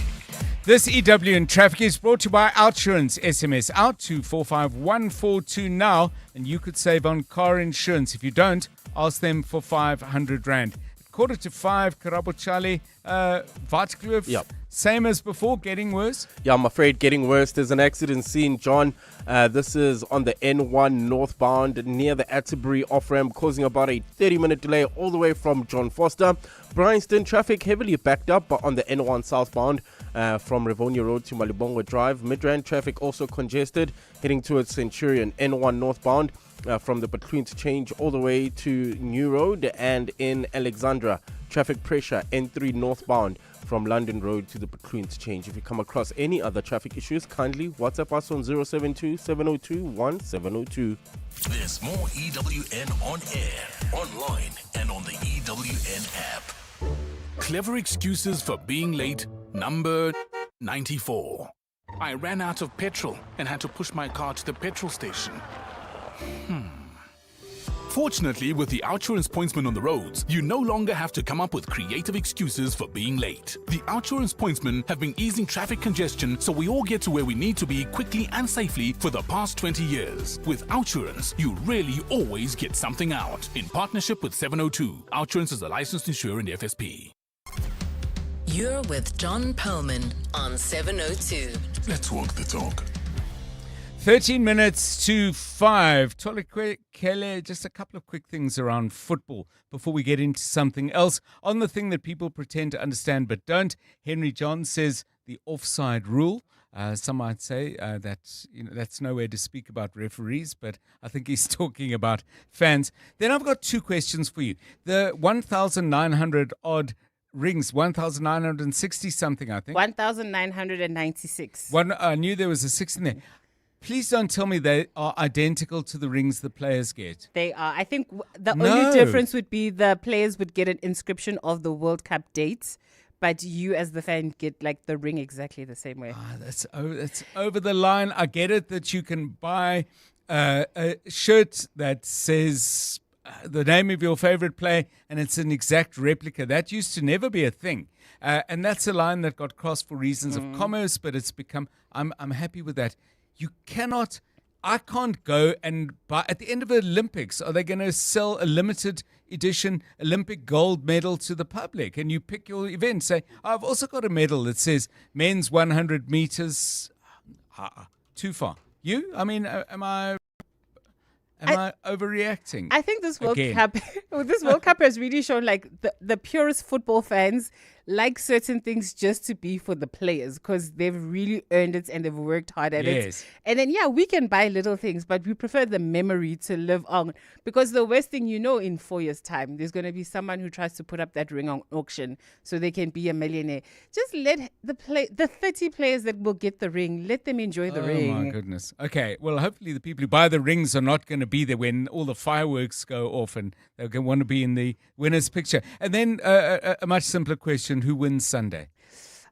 Lionel Messi. Okay. Above everything else, just Lionel Messi. I would like football to give him that trophy that fully cements him as the greatest of all time. I know we'll have the debate for years to go, but it has, I think, especially this World Cup at 39, to kind of watch him at moments remember that, hey, I'm Messi and I can actually make a difference in a game has been really amazing to watch. So I would like for Argentina and more specifically Messi to win the trophy. Okay, so that's what you want. Is that going to happen? It will. Okay, there we go. We don't even have to watch. I'm not going to give my prediction because I've been wrong. I will not be here on Monday if it doesn't happen. All week long. Come in. Nobody will gloat. Okay, here's a completely different issue. In Daily Maverick, a very interesting story by a couple of the journalists, Kieran Blau and Andisa Bonani, report, and they have a picture to prove it. A Kariega businessman, Javon Dyer, was so infuriated at all the broken traffic lights in Nelson Mandela Bay that he collected up 5 of them and he dumped them outside the Nelson Mandela Bay Municipality's customer care office. This was his way of saying, hello, please be patient. No, I don't think so. I'm going to dump these broken traffic lights outside. So I can't imagine many of you have done anything quite as dramatic, but have you done anything a little bit out of the ordinary, maybe a bit extreme, a little bit dramatic, Karabuchali, to make a point, either in a place where you're getting service or not, or maybe to a family member or a roommate? I once walked out of a job while I was in high school. I was a waiter. Actually, walking out is an understatement. I stormed out, banged the doors, kicked a few things, and that was totally out of character from me because,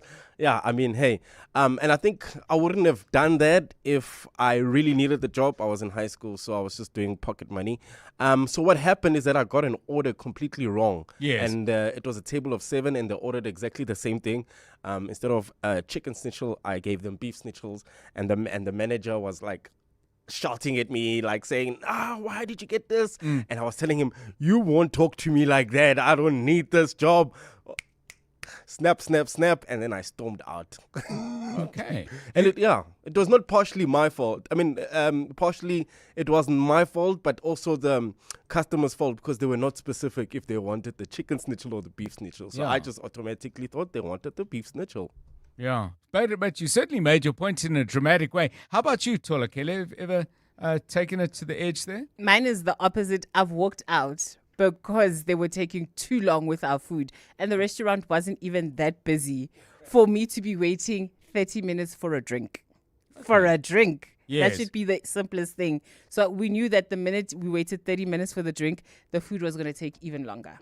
Have you ever done anything really dramatic to try and make a point? Doesn't have to involve dumping off 5 broken traffic lights outside your local municipal office. But hey, if you've done that, we'd certainly like to hear from you. Give us a call on 072 702 1702, 8 minutes to 5.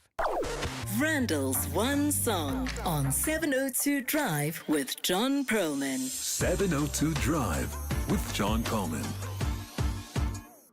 Randall, a very good afternoon to you. It is Randall's One Song with Randall Abrams. We look forward to it all week. And Randall, you got a great one for us today. Introduce it to us. We're going to Australia, I believe. Yes, John. So the song is Cheap Thrills by Sia. It's from an album called This Is Acting, which came out in 2016. And the reason that I chose it is because it's actually made up of songs that she offered to other artists that were rejected. Wow. And she then decided that she would go ahead and record versions of it. This is the album version, so you're not going to hear Sean Paul, who did the remix. And it was the remix that went to both number 2 in the UK and number 1 in the US, and sold 11 million copies globally. So it's just to show that, again, you can't legislate not only for public taste, but, here are artists being offered songs that go on to be massive hits. I mean, Yes. This song is, in fact, one of the top 20 songs of the period 2010 to 2020.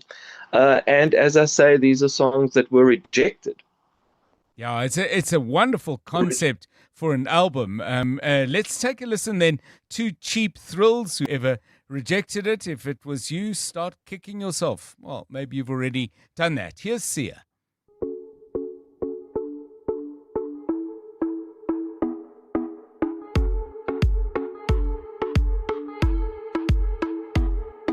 Come on, turn the radio on. It's Friday night and I won't be long. Gotta do my hair, put my makeup on. It's Friday night and I won't be long till I hit the dance floor, hit the dance floor. I got all I need. No, I ain't got cash, but I got you, baby. Baby, I don't need dollar bills to have fun tonight. Baby, I don't need dollar bills to have fun tonight. But I don't need no money as long as I can feel the beat. I don't need no money as long as I keep dancing. Come on, turn the radio on. It's Saturday and I won't be long. Gotta paint my nails, put my high heels on. It's Saturday and I won't be long till I hit the dance floor, hit the dance floor. I got all I need. No, I ain't got cash, but I got you, baby. Baby, I don't need dollar bills to have fun tonight. Baby, I don't need dollar bills to have fun tonight. But I don't need no money as long as I can feel the beat. I don't need no money as long as I keep dancing.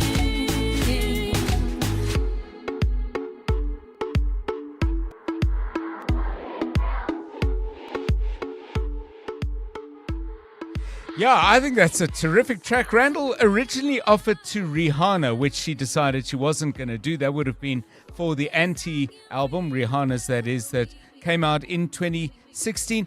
I mean, is this quite a common thing that, people may say, yeah, it's good, but it's not for me? In other words, it's not necessarily a judgment, it's a choice. Yes, absolutely, John. I think that, it also depends on what's happening in that person's career at the moment. Depends on the album. So it's not as though Anti didn't have its slew of big hits, but it could be that, it doesn't fit in with the concept of the album, or the artist has already had, a number of similar sounding songs. Of course, Chandelier was written by Sia as well. So, I think you're 100% correct, but it does, however, in this case, reflect the standard of Sia's work. Yes. that she could have songs that she had offered, top performers, and they had passed on them, and she was then able to record them and make them massive hits. Yeah, it's a very, very interesting thing. I mean, what makes her a good songwriter? I'm just looking at one of the reviews. No, I've just lost it. Okay, I'll find it. But it was described in a really quite wonderful way. But over to you. I mean, what makes her so good? Well, I mean, it is part of that kind of, 2015 to 2020 party music, very influenced by ragamuffin. I mean, it's obviously got Sean Paul on this, and that whole kind of sound from the Caribbean was very, very influential. Of course, that's where Rihanna hails from. So I think that I think that you've also on the flip side got to be, if you're CEO, you've got to recognize that, hang on, this is really, really a good song. It's not that people are rejecting it because it's not good. They're rejecting it for other reasons, and I should go on to record it, or I should find someone else other than the person I've originally offered it to in order to record. Yeah, and the line I was looking for, Nick Levine of NME, I wish I'd written this, describes it as another superior slab of on-trend ear candy from one of pop's finest songwriters. I think there's a strong compliment buried in there. Randall Abrams, thank you. Randall's one song. We'll do it again at the same time next Friday.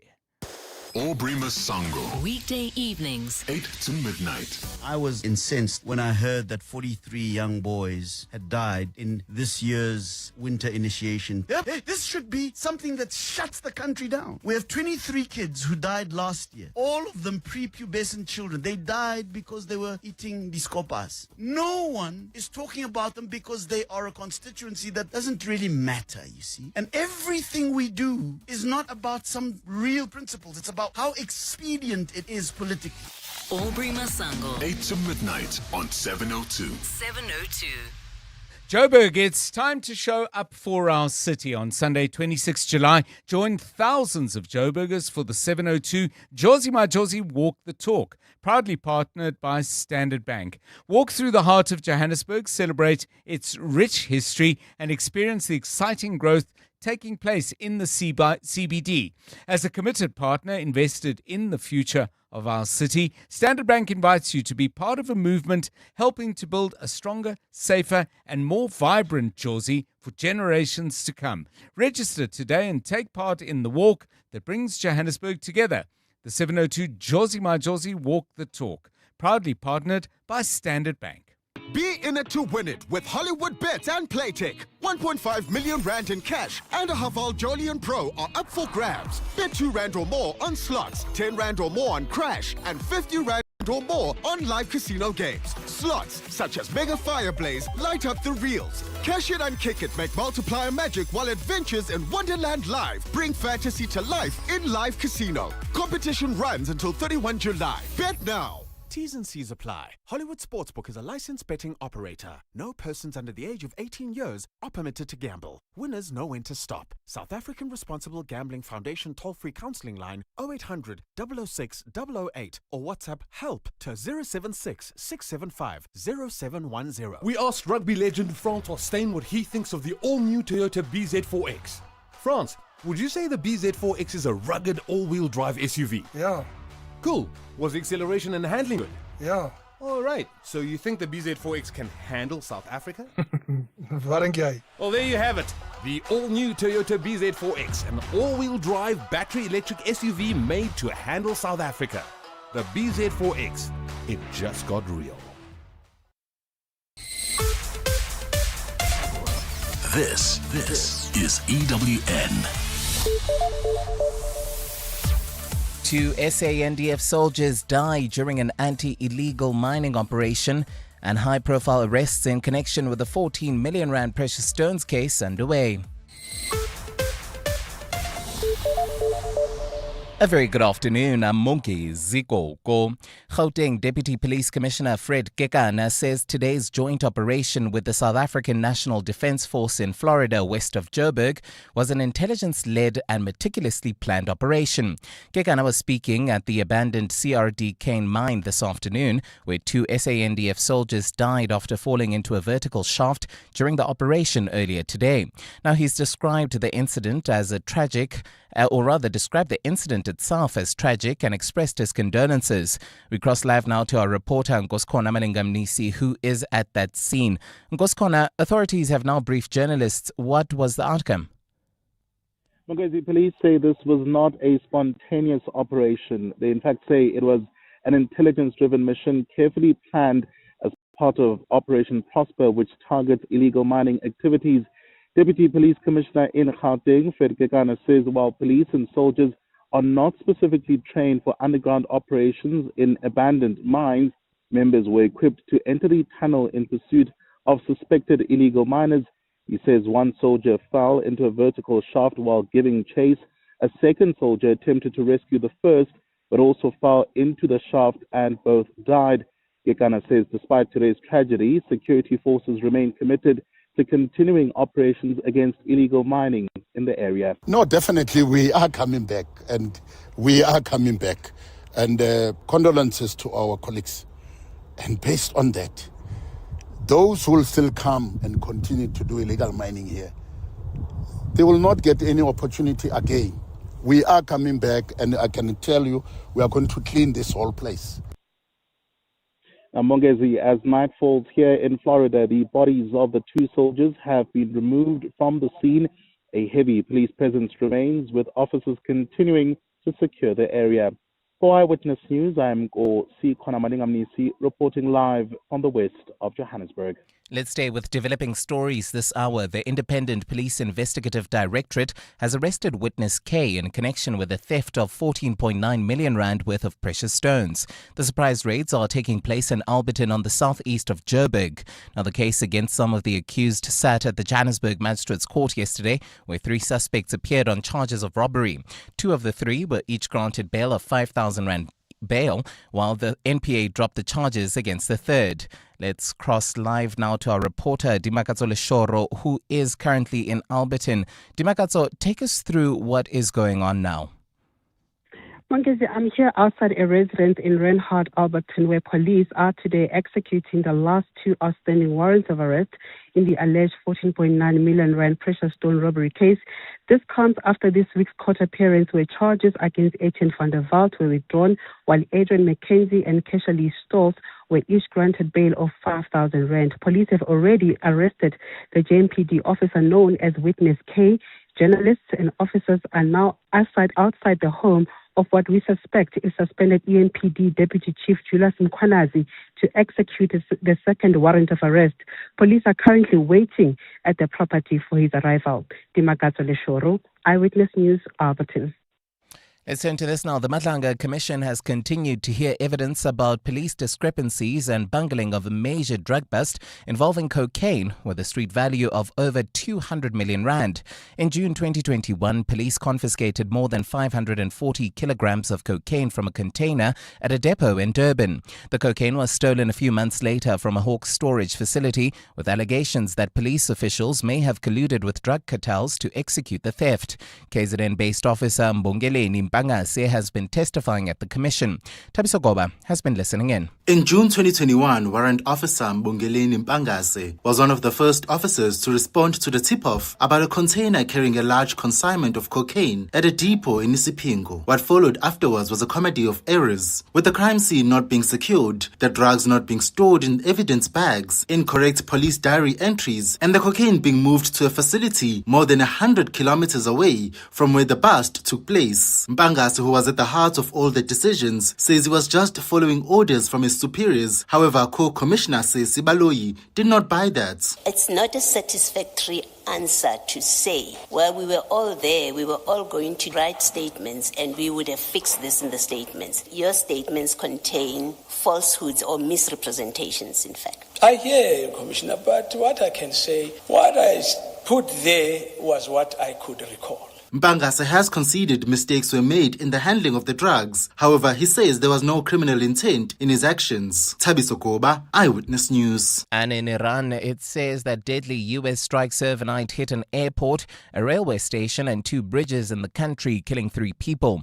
The United States and Iran have traded fire as the foes battle over the vital Strait of Hormuz waterway in the renewed Middle East war. Iran has fired back at the United States by attacking its bases in the Gulf region, with reports of a missile attack in Qatar today. Several explosions have been heard in the capital. Gold is trading at $3,966.55 an ounce. The rand is at 16.55 to the dollar, 22.23 to the pound, 18.91 to the euro. Brent crude oil is at $86.04 a barrel. Waterkloof heading towards Linwood. We still have bumper traffic N1 North from John Foster to Atterbury Road. This is due to an earlier accident. Irene, slow-moving traffic on Main Road approaching Nalmapius Drive. In your sport, Banyana squad for next week's Women's Africa Cup of Nations is announced. Thomas Tuchel advises Spain on how to stop Argentina in the FIFA World Cup final. And Lucas Herbert and Sam Burns equal major history on day 2 of the Open. A fine Saturday in store for Gauteng. Tomorrow, Johannesburg drops to an overnight low of 5 degrees, peaking at a high of 22. Pretoria 6 and 24. Vereniging 3 and 22. The top story in EWN this hour, Gauteng Deputy Police Commissioner Fred Gekana says today's joint operation with the SANDF in Florida west of Joburg was an intelligence-led and meticulously planned operation. EWN, in touch, in tune, and independent. For the latest, visit ewn.co.za or download the EWN app. We're calling on Joburg to walk the inner city with us. In 702 Josie My Josie, walk the talk. Babize bonke. Enter now on primemediaplus.com. 702. Drive home with John Perlman. John Perlman, 3 to 6 p.m. On 92.7 and 106 FM. Let's walk the talk. 702 Drive, it's 9 minutes past 5. You know, earlier in the show, sometime after 4, we were talking about the large number of young men who are dying at initiation schools. We had that conversation with Professor Dorothy Farasani, joining us from the College of Law at UNISA. And then you may have heard Aubrey Masango talking about another aspect of South African life where young lives get lost, and there's, in his view, and I think he's right, insufficient anger and outrage at this happening. Well, one of those scenarios was back in 2024, the latter part of that year. You may recall 23 children died with various incidents involving poisoned food. And that was then made the subject of an investigation report into the informal food industry by Public Protector Koleka Taleka. And that report was released today. We're going to take a closer look at what the report covers and perhaps at some of the things that still need to be examined and said. We'll do that in the company of Dr. Gerard Verdoen, who is director of the Griffin Poison Information Center. He's my guest coming up shortly. And then later in the show, because it is a Friday, a song, a book, and a dish. We're in the company of somebody whose book has certainly created a song and a dance. Sunyati, author of The Polygamist, which is now a runaway television success on Netflix. And most importantly, it's a book that everybody is talking about. I'm looking forward to talking about that book, but books in general, with Sunyati. She is my guest at 20 to 6. Right now on 702 Drive, it's 10 past 5. 702. WhatsApp John On 072 702 1702. With regards to replicas, yes, you actually get replica Olympic medals. Those are available. I myself am sitting with a set of gold, silver, and bronze medals for 2 or 3 of the Olympic Games, actually.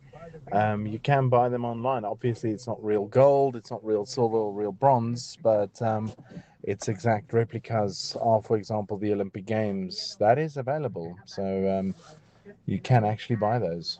Album Rihanna said it came out. Hello, John and Randall. Unpopular opinion, no. I can see why that song was rejected. You know, charts and sales and whatnot are not really a determinant of, the quality of music, or whether, as Rendo put it, you can't legislate or whatever. But, no. I can see why it didn't make it there.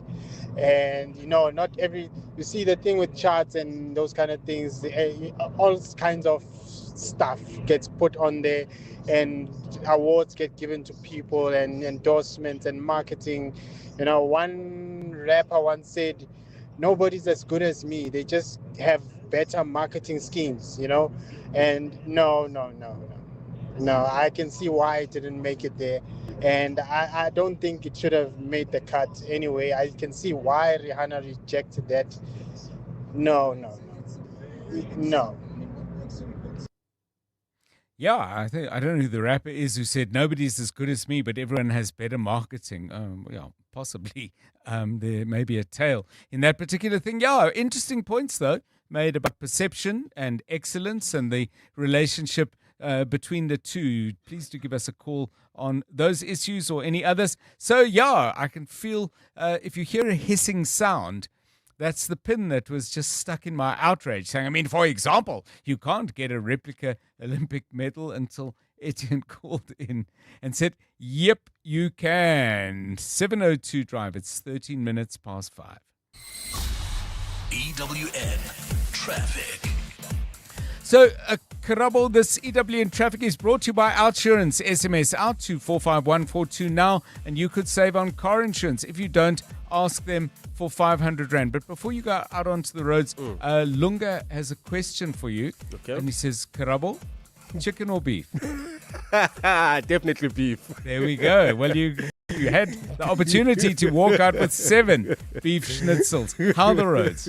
Well, at this stage, Waterkloof bumper-to-bumper traffic on the N1 northbound. This is between John Foster and Atterbury Road due to an earlier accident. In Irene, there's slow-moving traffic on Main Road approaching the Maypers Drive in Bryanston. Traffic remains heavily backed up heading towards Rudaport four ways. That's the N1 southbound from the Betlu interchange all the way to Malibongwe Drive in Midrand. Traffic also congested. N1 northbound, that's heading towards Centurion.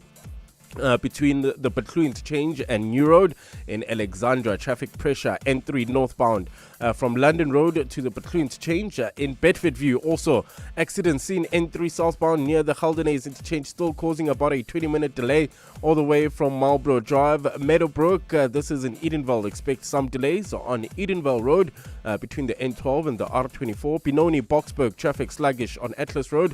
That's in both directions approaching the N12. And finally in Amalgam, traveling in and out of the Joburg CBD, expect some delays on Main Reef Road between Production and Anderson. For the latest traffic updates, you can also follow us on X at EWN Traffic. There's more EWN on air, online, and on the EWN app. This winter, the price to refill your gas heater may have gone up along with everything else, but switch to Outsurance and you could actually drop your car insurance premium. You could save big, like 58-year-old Loretta, who saves a whopping 479 Rand a month on her 2017 BMW 320. Don't pay more than you need to. Get a quote to switch and save with Outsurance. Do it today. SMS out to 45142. That's out to 45142. Outsurance, licensed insurer and FSP. TCs and information online. You're with John Perlman on 702. Let's walk the talk. Well, let's focus our attention now on that report released today by the Public Protector, Koleka Kaleka. She was looking into numerous food poisoning incidents in late 2024. The report focused on Gauteng, where at least 23 children are known to have died. One of the people who we spoke to and got great insights from during that time is my next guest. Dr. Gerard Verdoen is director of the Griffin Poison Information Center, and he's cast his expert eye over the report. Dr. Verdoen, a very good example to you, a very good afternoon to you. I know there may be some things that the report doesn't cover, but in terms of where the Public Protector and her team put their focus, what have they come up with, and does it give us some clues as to how we might do things better? Good afternoon to you. Good afternoon, yes, and thanks for having me on the show this afternoon. I got the report this afternoon from you guys, and when I read the report, I sent the report immediately to the CEO of CropLife SA, Rod Bell, to also have a look because I wanted the second opinion. And we both said, wow. So it's been years since I've seen a report of this quality come out of any government institution, and I'm very pleased about the report from the Public Protector and all the people that work with her. The report is not 100% perfect, but it put the spotlight on the fact that the governance of food production in the informal sector and with the street vendors and so on is not up to scratch. And what was quite shocking to me is what was revealed in the report in terms of the competency of the municipal authorities and how well they fare in terms of doing proper investigations and compliance testing on food production in the informal sector and by what they call the spaza shops. Right. So that was quite shocking to see that there's as low as 3 to 4% investigation being done. But I'm also very pleased at the end of the report that they point out that the Department of Agriculture that's responsible for the governing of pesticides, which I still firmly believe was the main cause for the children's death, illegal pesticides, you cannot hold them accountable if they only have a few inspectors to run the entire country. And it is actually the mandate of the Department of Health and also the municipal authorities to go out and make sure that the foodstuffs that are sold by street vendors and manufactured by informal food manufacturers are safe and sound. And that is what we've always been saying. Don't point a dirty finger at the Department of Agriculture. Right. Rather look somewhere else, because the Agriculture Department is not capable with the little manpower they have or the little woman power they have. So it is a collaborative effort between municipal authorities, South African Police Service, Right. the Metro Police, Department of Health, Agriculture Department, ourselves at CropLife SA, myself as a poison specialist or a toxicologist from Griffin Center.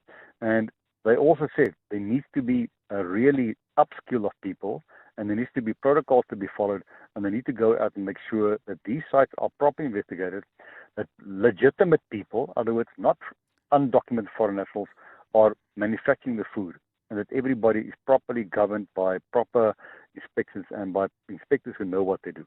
So, I mean, one of the issues, and you talk about proper training, and I think it's an important point, Dr. Verdun, but just the overwhelming shortage of feet on the ground to actually go out and do these inspections, but crucially, I would have thought, do follow-ups, because if you have, as Gauteng does, a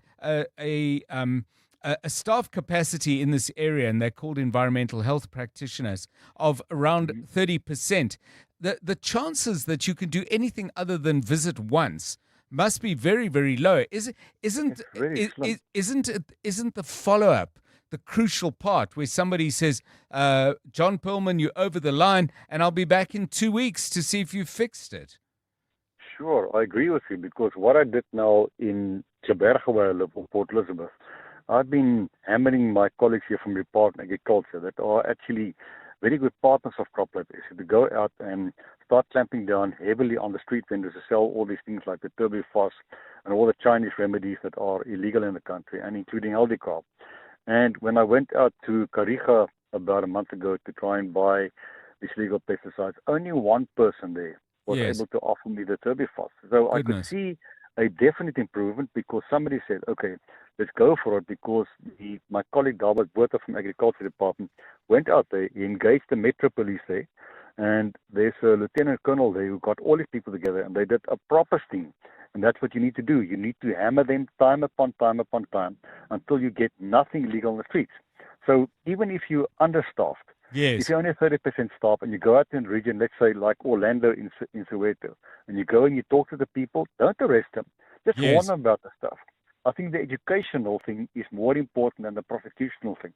And that's what I think should be done where you have a problem in certain parts of the country where people sell these illegal pesticides, where there are vendors who sell chemicals and pesticides and food at the same place, which is not supposed to be done. And that's what you say. Keep on repeating, because it's like education. You have to repeat and repeat and repeat to get a success story at the end of the day.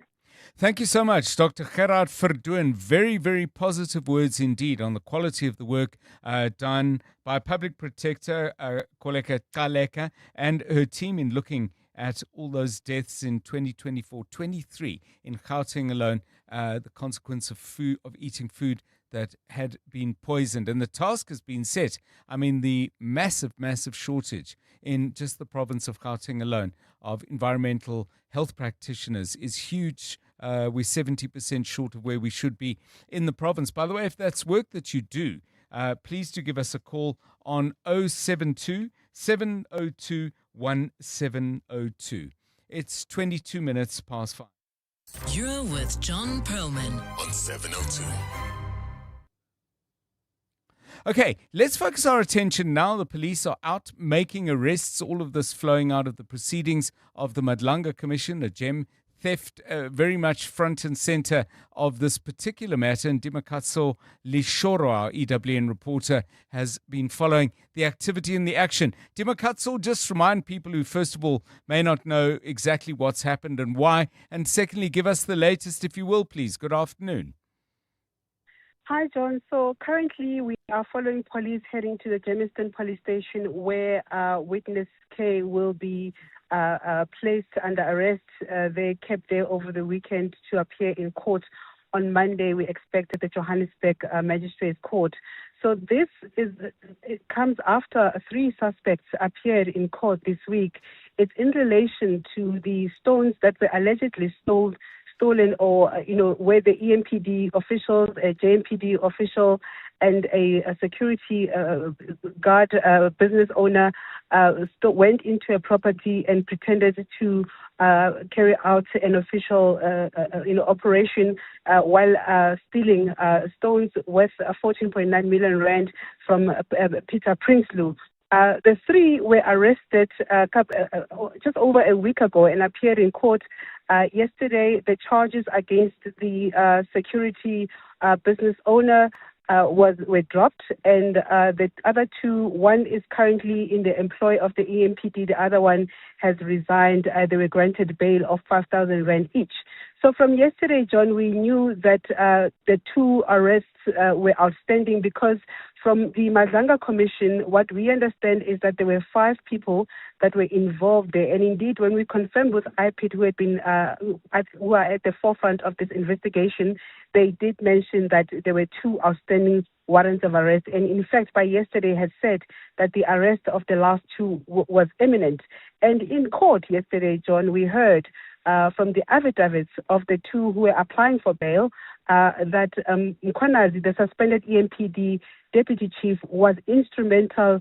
Him and the JMPD officer we know now as witness K were instrumental in orchestrating this robbery, and they gave the impression that they were just following instructions and they didn't know that there was anything illegal about the operation. At the moment, we've been at a house in Reinhardt that we suspect belongs to the EMPD deputy chief. He was not there. We are told that the police are looking for him. They've apparently located his vehicle somewhere around Bruma. I'm not sure if he's going to hand himself over at the Germiston police station, but we've just left the home now and we are heading to the police station currently. Thank you very much, Dimakatso Lishoro, just updating us on that. More developments in regard to that. What do you call it? I suppose straightforward and keep it simple. The theft of gems, although it was done in a very, very particular way. The person, witness K, is the one who gave detailed testimony of the way in which this particular heist was put together and the way in which it eventually went down. But this is all happening pretty fast and on a very regular basis as well.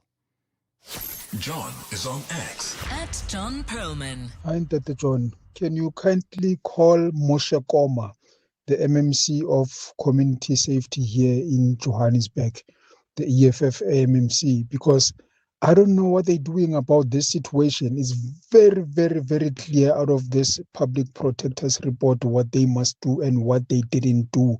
And everything, even now, remains the same. People are still illegally operating the spaza shops. All the rules and the in our constitution about how you must be investing 5 million in our country to run a business, but that doesn't include the spaza shops and all informal sector in general, it's still going on as is. So can you please invite Moshekoma to come and answer to us as to what is he doing with this situation? Yeah, it's a very good suggestion. We have the Public Protector's report now. Now all the obligations and the questions do cascade down to various levels of government at a much more local level. 27 minutes past 5, business time. EWN Business. Stephen Curtis, a very good afternoon to you once again. Afternoon, John. Yeah, Brent crude is still quite high. That's pushed platinum prices down a bit. Gold is slightly up, but the JSE Ore share ending the day down 0.7% at 109,570 points. Financials down 0.36, resources down 1.11, and industrials down 1.11, resources down 0.2% on the day. Quite interesting news out of Valterra Platinum. Higher platinum prices having a big impact on their profits for the 6 months to the end of June. Headline earnings expected to increase by nearly 1,400%. So the Platinum Group metal dollar basket price increased by 85%. In rand terms, up by 66%. It wasn't just that, though, John. The Amandelbult mine last year hit by flooding. They were able to increase production there during this period. 91 reporting its assets under management have moved up from just over £170 billion in to £184 billion at the end of June. And then the other big news today is mining. It's around De Beers. They've been looking for, Anglo-Americans been looking for a buyer for De Beers. Does look like they've found one. Suggestions on Reuters today out of the Botswana government that in fact De Beers has got a preferred bidder. The Botswana government does have a right of first refusal though, so there's still a lot to go. And I think there are results from Anglo-American on Monday, so we might well start to get some kind of result from them then. British American Tobacco, good defensive stock, John. They're up nearly 5% on the day, and I think people are beginning to bake in higher oil prices, I'm afraid. So Coronation is up 3.5%, Sasol is up 2.8%, and Tungela is up nearly 4% on the day. Karoo, after a stellar day yesterday because of their strong results, they're up 4.5%, and Mondi's up 3.67%, while Coronation's up 3.5% on the day. Process and Naspers down nearly 4%, and then some of the consumer shares, so Mr. Price, Canal Plus, Telkom, they're down by around 2%, and Anglo itself actually is down 2.21% on the day. In the US, Netflix reporting that its third quarter revenue and earnings will be less than what Wall Street expected. Also, their shares down nearly 9% at one point. And then a bit of a reassessment of the AI rally, John. So that's pushing shares down a little bit in the US. The Dow Jones is down 0.15. The Nasdaq is down 1.68. The S&P 500 is down 0.88. The gold price at the moment looking at $4,007.09 an ounce. Platinum $1,599.10. Brent crude $85.90. The rand to the dollar $16.50, to the euro $18.88, to the British pound $22.19. On the Money Show, more on helping our steel industry and tariffs. We'll look at a great cooking sort of show experience in person. Don't forget the Friday Biz Blitz as well. Stephen Curtis, EWN Business. Thanks, Stephen, bringing us to 5:30 on 702 Drive, bringing us to the news headlines in the company of Mongezi Koko. Good afternoon. Thanks, Ndata John. A very good afternoon. A new report by the Public Protector has found that Gauteng municipalities have failed to enforce food safety regulations at spaza shops and other food handling businesses.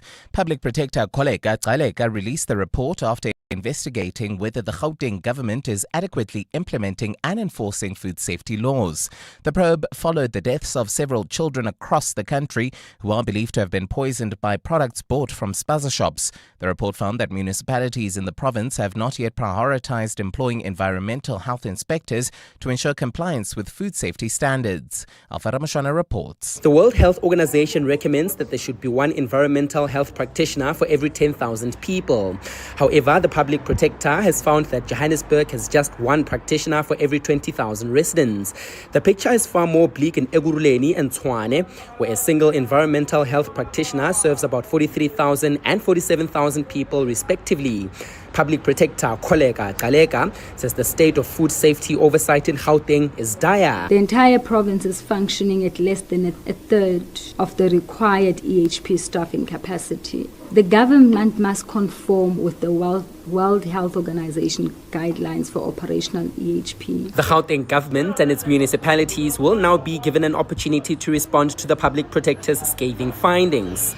Alpha Ramshwana, Eyewitness News, Pretoria. The Public Investment Corporation says it remains stable despite leadership turmoil and heightened scrutiny.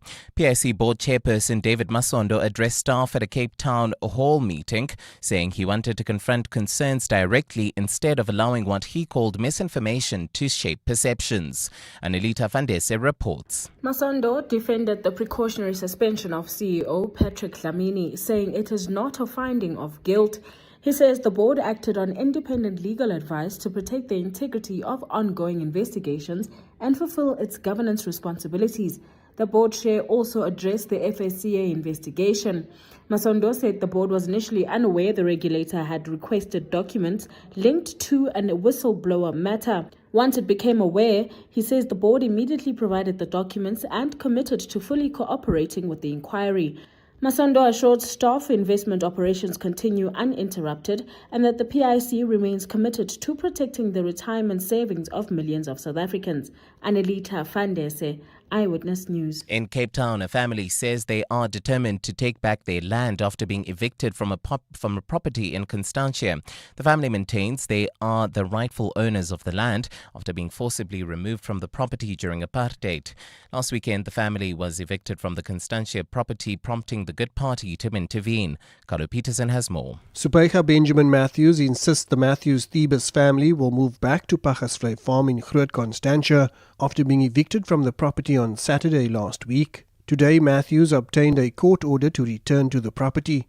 We as a family have decided that we will take back all our land. We as a family have decided that we will not be moved by apartheid tactics. Matthews says the family is still traumatized after being arrested and removed from the property by police. Trespassers came on our land, and yet we were arrested, even though we could show evidence. Matthews says the court order will allow the family back into their homes on the farm. Carlo Peterson, Eyewitness News.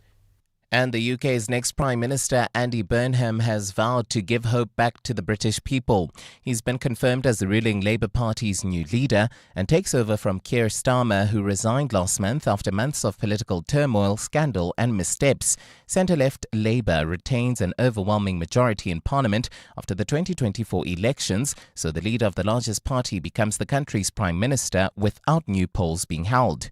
It's only 4 weeks since ex-Manchester Mayor Burnham sensationally returned as a Member of Parliament following a 9-year absence, determined to replace Starmer.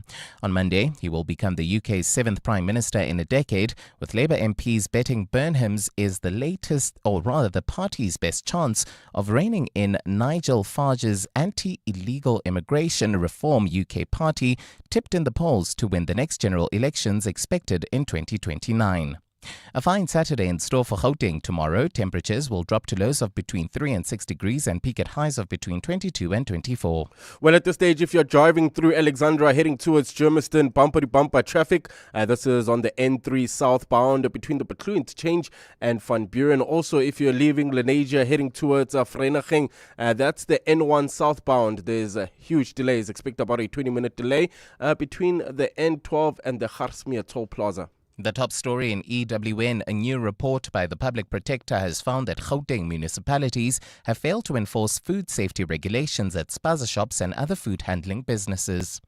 Bongani Bingwa, 702 Breakfast. Weekday mornings, 6 to 9. Every year on the 18th of July, globally, people mark Nelson Mandela International Day. How does that sit with you as his archivist, as an historian, when people remember his contribution and paint a picture of almost a sellout at times? In fact, I was with 50 first-year Wits University students on Monday, and we started that conversation right there. Did Madiba sell out? And they wanted to talk about Mamwini and her contributions and so on. We landed at the end of that session in a very different place, where they demonstrated an openness to understanding the complexity of the challenges that Madiba faced and that whole leadership in the transition to democracy. Madiba's legacy is much stronger than that. I don't think we need to fear. Professor Vern.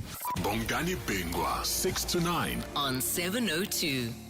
The future belongs to those who are prepared to lead it. If you're ready to think bigger, lead with purpose, and transform your career, head to Wits Business School's Open Day on Saturday, 1 August. From 9 a.m. to 2 p.m. Explore their postgraduate diplomas, master's degrees, and executive education programs. Take the step towards becoming the leader that the future requires. Register now at wbs.ac.za. Wits Business School, sculpting global leaders. Welcome to Nando's. Taste the meals. It's the flavor! Real reviews by real people.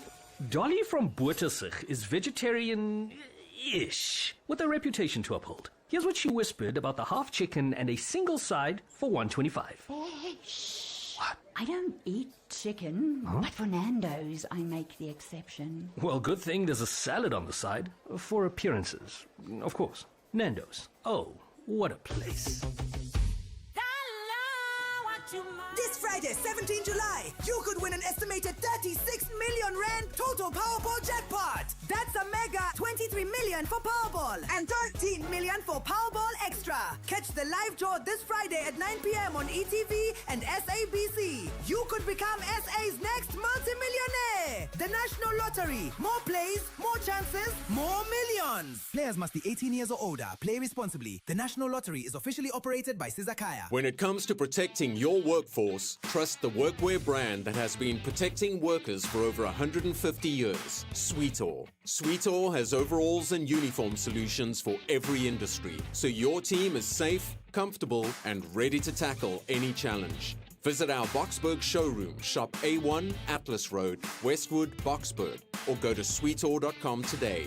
Sweetall, we never let you down. Superior protective workwear since 1871. 702. WhatsApp John on 072 702 1702. Hey John, message for Talogele. We've decided if Messi wins the World Cup, we're giving him a title greater than GOAT. His title will be Ronaldo. Yeah, that's the GOAT. It's a wonderful football debate. We'll have it after Sunday and get your thoughts and ideas about that. But still, big game coming up. Looking forward to your predictions, please, on 072 7021 702, 21 minutes to 6. EWN Sport. Greater than the GOAT, eh? Tola Kele, what have you got for us? Well, John, youngsters Lona Themba Mhlongo and Tabiseng Majia have been named in Banyana squad for the Women's Africa Cup of Nations. That one gets underway next weekend. Andile Dlamini and Nkolo Xesana are named in the 26-player squad, which will be captained by Refilwe Jane. South Africa will play Tanzania, Burkina Faso and Cote d'Ivoire in Group B. Meanwhile, the weekend's big football game is the FIFA World Cup final between Spain and Argentina. The title game sees the reigning Copa America champions up against the current European Championship winners, and England manager Thomas Tuchel has warned La Roya that the defending champions are at their most dangerous when they're a goal down. You concede, it frees something up in you, and you play with more freedom. You play with the mindset of that you have nothing to lose anymore because you're anyway down, and you regain this momentum. This is what happened today. It takes a lot physically and mentally and a lot of football courage to get out of this. The Springboks will look to make it 3 wins in a row when they take on Wales in the Nations Championship tomorrow. Despite the up and down nature of the Dragons' results over the last few years, assistant coach Dion David says they are not a side to be underestimated. They go through a spell now where they work very hard to get a sort of an upwards curve. But it's test rugby, and I think they would have learned a lot in the Six Nations and also in the game against Argentina. And you can see really improvements in their game. And I think with them coming here and having the opportunity to play against us, that will be a next step for them in a direction to improve in certain areas and to become competitive. The new season of the Currie Cup is underway, and a first-half update from the clash between the Sharks and the Pumas sees the Sharks 12-5 up after 34 minutes.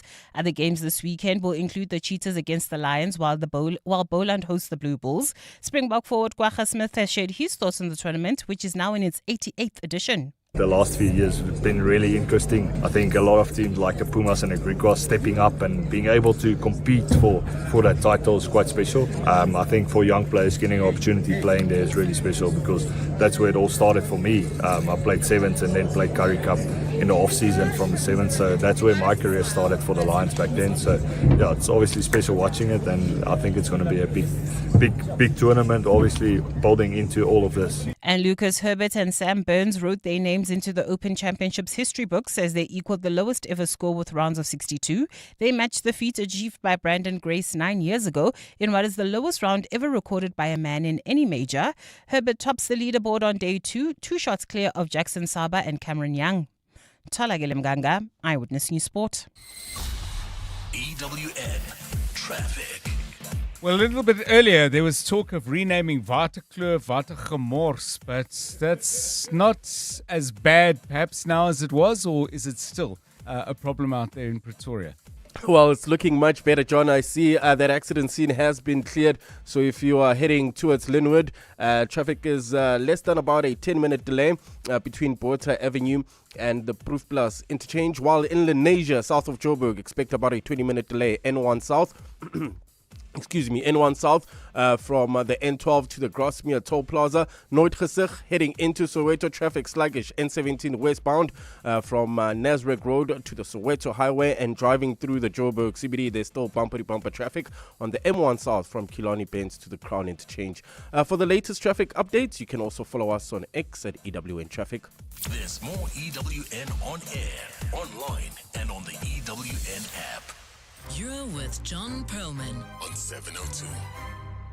702 Drive, 17 minutes now to 6 o'clock. In a moment, we're going to be chatting about songs, books, and dishes with somebody who's written a book about which there is a massive song and dance. Sunyati, author of The Polygamist, is my guest on 702 Drive. Stay with us for that. 702 Afternoons with Relebohile Maboja, 1 to 3 p.m. Did anything change in your vocal cords with pregnancy and thing? Because I know it's not something people really talk about, that your range can change. It can, and it does. My voice generally has always felt to me like it was just light and more wispy, and I think the older I've gotten, it's more textured now, I think, which I like, and it makes me feel like I sound so much more mature when I listen back to my very early days and the first recordings as a professional singer. I'm like, you know what, you can tell that a lot has happened in life, but it's still,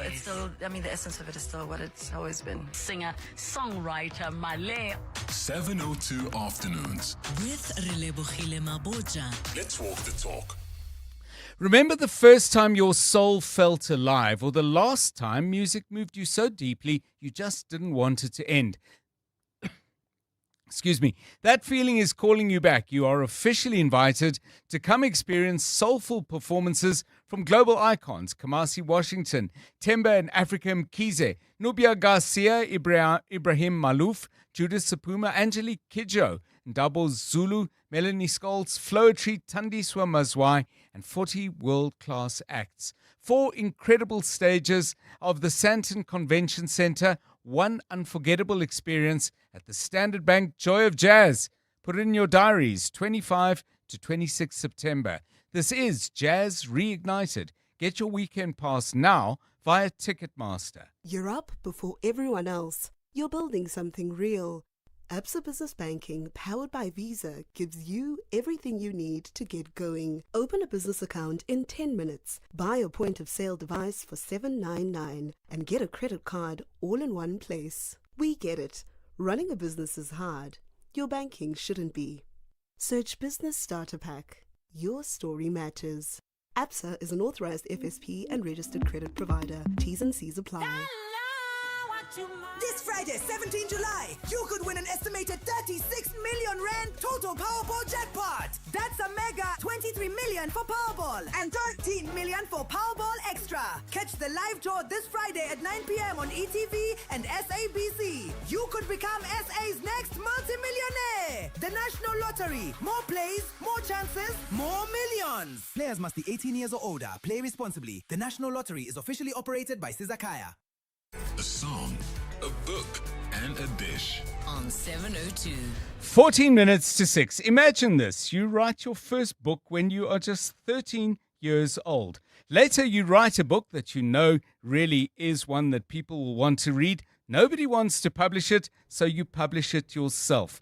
And then the book gets discovered. And then the book gets turned into a TV series that people can't stop talking about and people can't stop watching. Literally all over the world. I'm talking about the book The Polygamist, but most importantly, I'm talking to the author, Sunyati, who's with us in the studio for our weekly feature, A Song, a Book, and a Dish. Sue, welcome. Thanks so much for making time to spend time with us on 702. Oh, it's such a pleasure to be here. So, Thank you. Let me ask you this. We all find ourselves in other people's spaces where we can hear them talking. So you might be queuing for an aeroplane, you might be standing in line because you've got milk, but other people have got trolleys full of stuff, so the queue's taking a bit of time. You might be on a plane and somebody's reading a book. Have you been in a situation where you can eavesdrop on people either talking about The Polygamist on Netflix or The Polygamist in the book form with which you launched it into the world? All the time. I think, especially a few weeks ago, you would walk into a supermarket and people would be talking about it. So it was the buzz everywhere. It was Jonasi this, Jonasi that.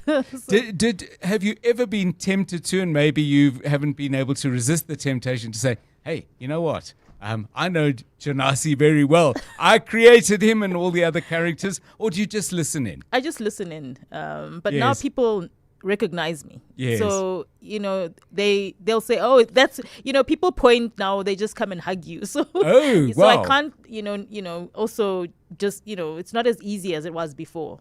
I think now there's a lot of recognition in terms of who Sunyati is. Do you like it? It's weird in the sense that I've, as a writer also, you like that anonymity and that's a tongue twister for me. So, and being anonymous and moving through the world seamlessly. Because like you say, sometimes you eavesdrop and that, you get seeds for your books. But now you can't do that anymore. And I realized the other day I was going to, Melrose Arch? I was wearing my tracksuit. Yes. And so many people recognized me and they wanted pictures and I was like, oh, no, I can't. Yes. Because, I'm just used to being in the world, but not, known in that sense. So you came into the world in Bulawayo. Yes. And at the age of 13, I mentioned it in my introduction, I understand, you wrote your first novel called Crazy Over You. You were reading the Sweet Valley High series, so you had some inspiration and maybe a couple of pointers there. When you look back on it and read it, what do you think? Look, I've never looked back and read it, but I just feel like I was already manifesting what I wanted to be. Even at that young age, I knew. And I think a lot of the times we do know what we want to be. We just get directed in a different direction. But I'm glad I found my way back to that. The writing, because I had a love for it from a young age, even younger than that. Yes. I would cut pictures out of magazines and write stories around it. So who's bringing books to your attention, either at school or in your household? Did you naturally gravitate to it? Were your folks, your mom worked in academia, so obviously she had a love of learning and an interest in books. Your dad working in the agricultural sector. Were they pushing books your way? I don't mean pushing them on you, but... Not at all. They were not fiction readers. Okay. They read non-fiction. So those were the books that were in our house. But my neighbor, Joan Williams, actually used to give me a lot of her magazines. And so I think... And school was a good an influence as well in what I read earlier on. And I think for me, that cultivated the love. Because the schools I went to had a lot of fiction. Yes. So that's where I discovered fiction. And later on, then my mother made me, join a library, a public library, so I could get more books. So the books weren't in our home, but I had access to a lot of books. I always ask people this question when we start off with a dish, because I go backwards and we finish with a song. Your favorite food is prawns. I don't imagine that was regularly part of dinner. But before we talk about food at the Nyati table, what was the conversation? Because there are 4 children, you're second in the birth order. Were family meals important? Did you gather to reflect on things and talk about your days? We did eat together. We did sit Yeah. as a family to eat together, but there was never prawns. And I think being a landlocked country in Zimbabwe, we didn't have access to seafood. Right. And I think that's why I enjoy it now now that I'm here in South Africa. And it's something I wouldn't normally cook. So I think beyond prawns, any seafood, I really do enjoy. Yeah. I want to ask you about your book choice, because I presume you've had and read loads and loads of books. Was it difficult to choose one? And then tell us about the choice. You chose Broken, Not a Halal Love Story. It's by the Canadian author Fatima Bala, and it's about a marriage or a relationship between 2 people, one very conservative, one less so. I'm giving people the barest details. But why this book? Is it just top of mind now? No, like you said, I struggled to find a book because I've read a lot of books. But I think that book, for me, was interesting in the sense I'm not a romance reader. Yes. And, I'm a very cynical person by nature. But, this book really took me by surprise in the way it was written and how religion was used for the plot twists. Yes. I liked the way they used the Islamic religion. It was a major plot twist in the book. And for me, that was just unique. And I love her voice. It was different for me and disarming in the sense that it's not your typical romance novel, but it is a romance novel. And yeah, it kind of gave me some hope in love, and yeah, so I liked it. It was refreshing. I used to be someone who always felt if I started a book, I have to finish it until the person who became my wife, who I happened to meet at a book club, said to me, "Are you nuts? Why? What are you doing? You're not enjoying it. Read something else." Do you dip in and out of books? I mean, if we were to look at your bedside table, would there be a pile of 5 or 6? Definitely, but I like to finish books. Okay. And as hard, some books are very difficult, but I always force myself, unless a book is really I'll leave it. But oftentimes I do want to finish. And I think it also speaks to when you write, there's always, you need that willpower to finish to finish a book. And it's almost like a discipline, because I think if I didn't have it, I'd probably walk away. I wouldn't have finished manuscripts. So I kind of push myself to finish, Let's go back to Bulawayo and the young girl who at 13 and well before that, as you say, was already writing. What did you like about school? Were you a sociable kid? Did you play sport, audition for the school play, or were you more in your head and starting to put plots together? No, at the kind of school I went to, you were forced to do everything. Yes. So you did everything, whether you wanted to or not. So I played all sports. But, if you didn't excel, then you would obviously drop to the B team or C team, or you'd be dropped out, But we all played. So I did play sports. I played hockey. I played whatever was there to be played. We did athletics. So you got exposed to everything. We had plays. And I remember a school play. My first role was as Vashti, Queen Vashti. I know if you know the book of Esther in the Bible. Okay. Yeah, the queen who gets deposed. So that was my first role. So I think I was in schools that really exposed me to all sorts of, but I was a reader. Yes. I loved it. But, beyond that, it really forced you out of your shell and comfort zone. But I was known in high school for my books. That was what I was popular for. I have to ask you this. I mean, are you paper in your hand or are you Kindles? Paper. I love the smell. You got to feel books. it, and you got to turn the page. Yes. I love holding books. Yeah. Bookmarks, or do you bend them over? Bookmarks. I wouldn't have figured you for somebody who bends it over. No. Tell me this. We're going to come to your song in a moment, but relationship, if there is one, between music that you love and your writing and creative process. So that's one part of the question. And secondly, dead silence while you write, or might there be music in the background? So I like dead silence, but there are times when if I'm trying to recreate something, I like music. I remember when I was writing a chapter, in Angel's Demise, which is my latest fiction novel. Stranger in Moscow, played by Michael Jackson, because the character I was writing about was in Moscow and he was there for the first time. So I played that song in the background over and over again as I was writing that chapter. So sometimes music takes me somewhere, atmosphere, feelings, emotions. So sometimes I can start playing music as I write. Yes. And then when the playlist stops, I just, merge into the silence. Sometimes it just sets the atmosphere and then, creates I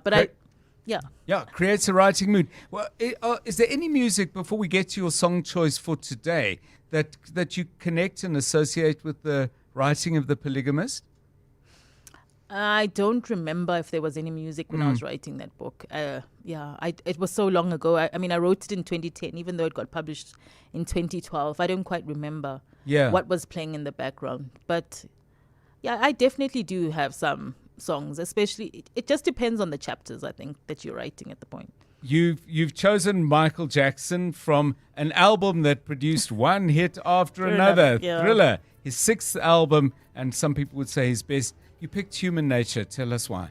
It just resonates deeply with me. As someone who's had to explain themselves, there's such a raw emotion in that song. Yes. And that just resonates with something in me as well. And I think after, I'm on the back of watching, the movie, I think twice already. 3 times, actually. Yeah. And, I just feel he was so misunderstood, and he was such a talented soul, Well, thank you so much. Sunyati, creative The Polygamist. I'm sure on behalf of many listeners, I should say, thank you, first of all, for the book you've created and the stories that are now shared via Netflix and via television. But thank you for being with us on 702 Drive and sharing with us your song, your book, and your dish. It's been great having you. Thank you, John. It was a pleasure. Let's listen to Michael Jackson.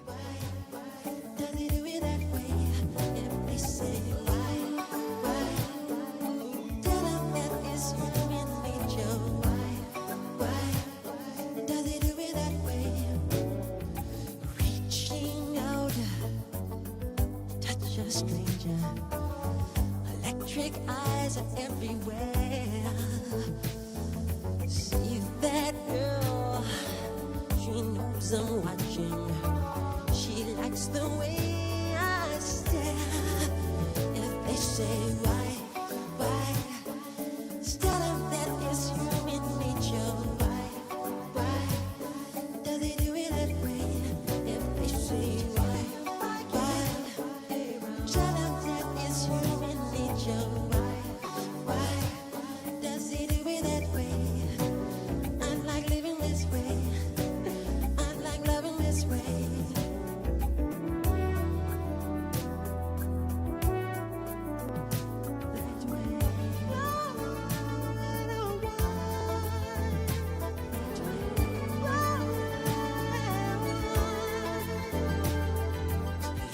Looking out across the morning, the city's heart begins to bleed.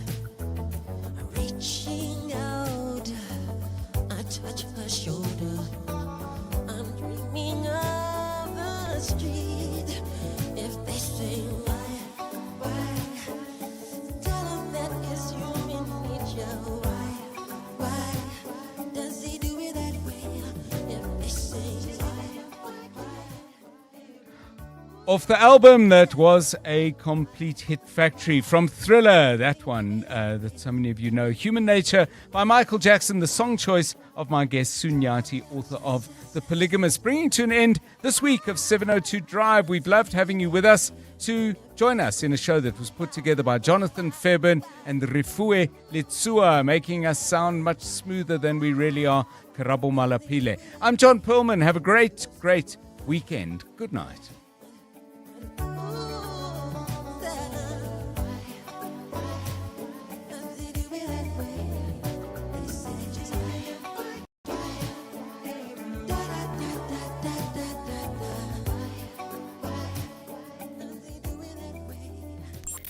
And now, The Money Show with Stephen Grootes, live on 92.7 and 106 FM. Streaming on the Prime Media Plus app and DSTV channel 856. The Money Show with Stephen Grootes is brought to you by ABSA Rewards. Get double cash back when an African team scores and wins at the FIFA World Cup 2026, courtesy of Visa. T's and C's apply. Good evening. On your Money Show tonight, ITAC tells the World Trade Organization it's now investigating the impact of steel imports on our industry. Might be the first step towards stiffer tariffs to help protect our producers. As the Resolve communications issue rumbles on, we take a deeper dive into the role of lobbying and ask how the industry has affected government policy. Le Petit Chef will tell you how he makes a show out of food. And you might not be playing in Sunday's World Cup final, but you can play in the Friday Biz Blitz on the Money Show tonight. All of that to come, at first the very latest Eyewitness News. Good evening, I'm Maki Malapo. Gauteng police have again acknowledged the scale of illegal mining in the province and the dangers it poses following the deaths of 2 SANDF soldiers. The troops fell down a shaft at the abandoned CRD mine in Florida, west of Johannesburg, during an operation earlier today. The Defence Force says it will release the soldiers' names once their families have been notified.